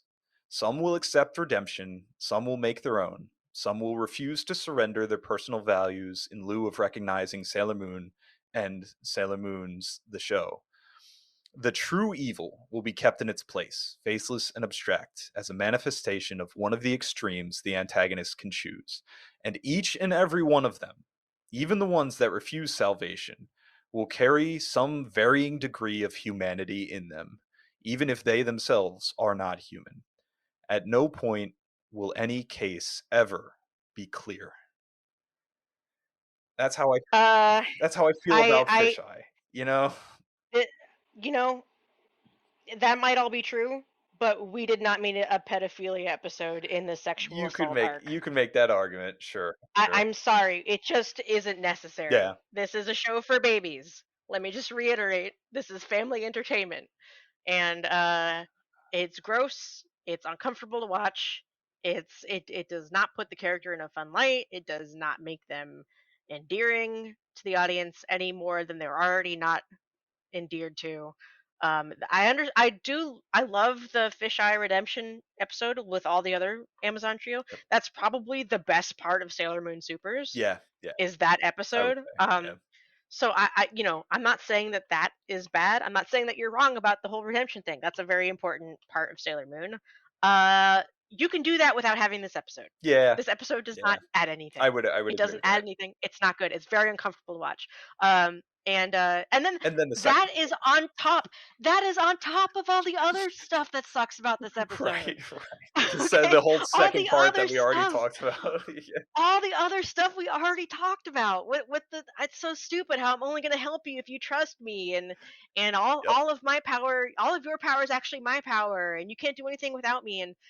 The and like another thing I just want to point out as my final point, the whole concept of like Pegasus not being able to get into that bubble. That's a thing that this Lemurus did. This monster of the day made that bubble. Guys, make Like the the trap trap out of out of this guy. that. Make the Pegasus trap out of this guy. He can't get past the A bubble. little plot Get to him be in the there. bubble. Put him in the bubble. You can trap him in this guy. We've got the It's so anti-Pegasus stupid. wall right there. We just need It's to build a him. box out of it. Oh, we need to put 2 and 2 together here. Come on. Like why could Pegasus fly through steel bars? Yeah. But not fly through a bubble made by a monster of the day that his power is necessary to kill. It just doesn't make any sense. It's so stupid. Oh boy. It's so stupid. Sailor Moon Supers is bad. Pegasus is Correct. Toei Pegasus is bad. That's correct. Manga Pegasus is a lot better. Uh, but anyway, that's it. Episode is this episode might not make me as I get more nerd angry about the Pegasus flying out of a trap episode. Yeah. This one actually like is offensive to me. Yeah. It's Yeah. it's the episode that I like actually have difficult rewatching These because it's just like yeah, these bottom 3 all just yeah, for me are just like completely I yeah, can't deal with this. This is not okay. Yeah. yeah. So there you go, everybody. Are you happy? Yeah. You made us watch this crap. Are you I am happy? actually upset. I am actually upset because in my mind, Yeah, Sailor Moon is just something that I can, go put on an episode and watch it. I'll watch that Mako dance episode if I'm feeling down, and then I'll be like, life is all right, man. I can do, or most yeah, even just any moderate middle of the bell curve Sailor Moon episode will cheer me up. But going back and thinking about all of this all over again has, yes, made me feel legitimately upset and just very, very unhappy about life. yeah. Um, but you know what? As part of rewatching these episodes, when we were talking earlier about the ones that are around the Sailor Moon S finale, as part of me rewatching those episodes, I did rewatch that Sailor Moon S finale, like I mentioned, Yeah. and like watching that episode alone was like the highlight of my weekend. Yeah, yeah. Like, Yeah, yeah. like The goodness so of that episode far, far yeah, outweighs yeah. everything. Yes, I think So that's totally true. if you have any kind of show that is a weekly produced show that goes on for 200 episodes Right. by an animation company known for cutting corners and being cheap. Any show like that is going to have some stinker episodes in it. Like it's just when you have that many episodes, not all of them are going to be good. So even though these are the worst ones and they're the most fun to talk about because they're bad, you know, don't let that take away from the things that about Sailor Moon that are really good that makes us love it. Absolutely. Absolutely. They Um don't make the show not worth watching or experiencing, and far, far from it. yeah. Just skip these. Yeah. Yeah, honestly, All of the episodes on this list, you can skip most of them. yeah. Yeah, I would probably Yeah. say, aside from the IMDb ones that we kind of like really hard disagreed with, but Yeah. um yeah. Yeah, you wouldn't lose too much, and then you would never have to know. Yeah, exactly. Oh boy. So yeah, once again, if you guys got to the end of 2 hours and 45 minutes of us talking about the worst Sailor Moon episodes, I am sure you have either already watched both the iceberg and the follow-up video and our best 10 episodes, or you will immediately go listen to me and you talk about that. Amanda, you also guested on the Magical Girl tier list video that is up on my channel right Yes. now, where we ranked the Sailor Moon seasons, and then we also took a dump all over Sailor Moon Supers in that video, if I recall correctly. Yes. Yes, Uh, I'm pretty sure we did. Yeah. yeah, yep. If is there anything else that you'd like to plug now, or anything else that you working on or got going on? I don't really make a whole lot of content nowadays because life is just a little bit too crazy for that. But if you're curious, you could go and listen to my episodes on the Sailor Business podcast that I did several years ago. Um, it was the Pegasus Flies Out of a Trap episode, which is episode 131, and the episode right after that, which is episode 132 is actually one of my favorite episodes from Sailor Moon Supers, Hmm. which is it's the one where Usagi thinks that Mamoru's classmate has a crush on him. Oh yes, So yes, he yes, yes. yeah, and the monster of the day is one of the ball The people, and is it the one that tries to suffocate is her. it the Red Ninja of Love episode? Is that the one I'm thinking about? Oh, No, okay, okay, it's okay, hold okay. on.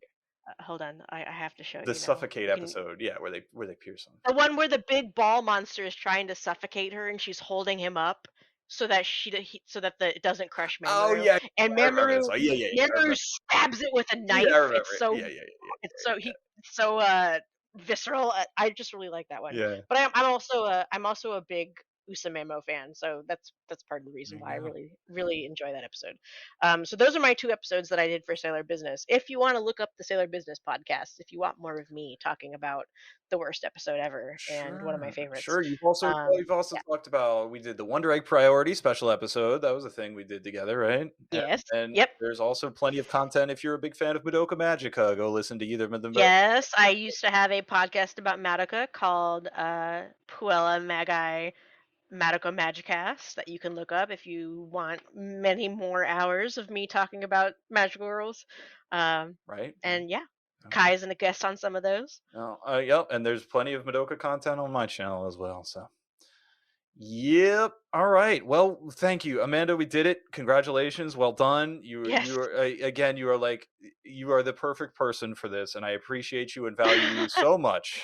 Uh, Thank you so much for inviting me to talk about it. It's yes, very fun. absolutely. Yeah. When I'm attacked by a monster of the day, I feel like our relationship would be the bond that would allow you to power up and break through. So Whenever save me. whenever you want to reread the Sailor Moon manga or rewatch Crystal and give it a fair shake Yeah, with an yeah. open Oh mind. yeah, go watch the video of my one of the first videos I ever made on why Sailor Moon Crystal does not match the heights of the No, 90s. Anyway. listen. As I said, and give when you want to do that and give it a fair shake and have a Oh fair no. conversation Oh, about it. You let me know. I'll come back you know what on. we will have to do is make content for the Uh-huh. Cosmos movie. Oh God, I'm so freaking excited for Yep. that. You have no Yep, idea. yep. I'm It's looking forward to it as well. Yeah. it is supposedly extremely Oh, good is from it? what I've Okay. read. Good to know. Good to Yeah, know. Yeah, yeah. that wild ending in the manga that we in the iceberg that I had to like talk to you about and make corrections on about all that stuff. Oh, I with want Sailor Yeah, Cosmos? yeah, yeah, and all the Yeah, Star Cauldron yeah, stuff and are like the last 6 pages of the Sailor Moon manga that are just like, what's going on here? yeah, Yeah, I want to see all yeah. that stuff animated. It's gonna be fun. Yeah. I'm really looking forward to it. Oh boy. All right. Well, everybody stay tuned for that. We're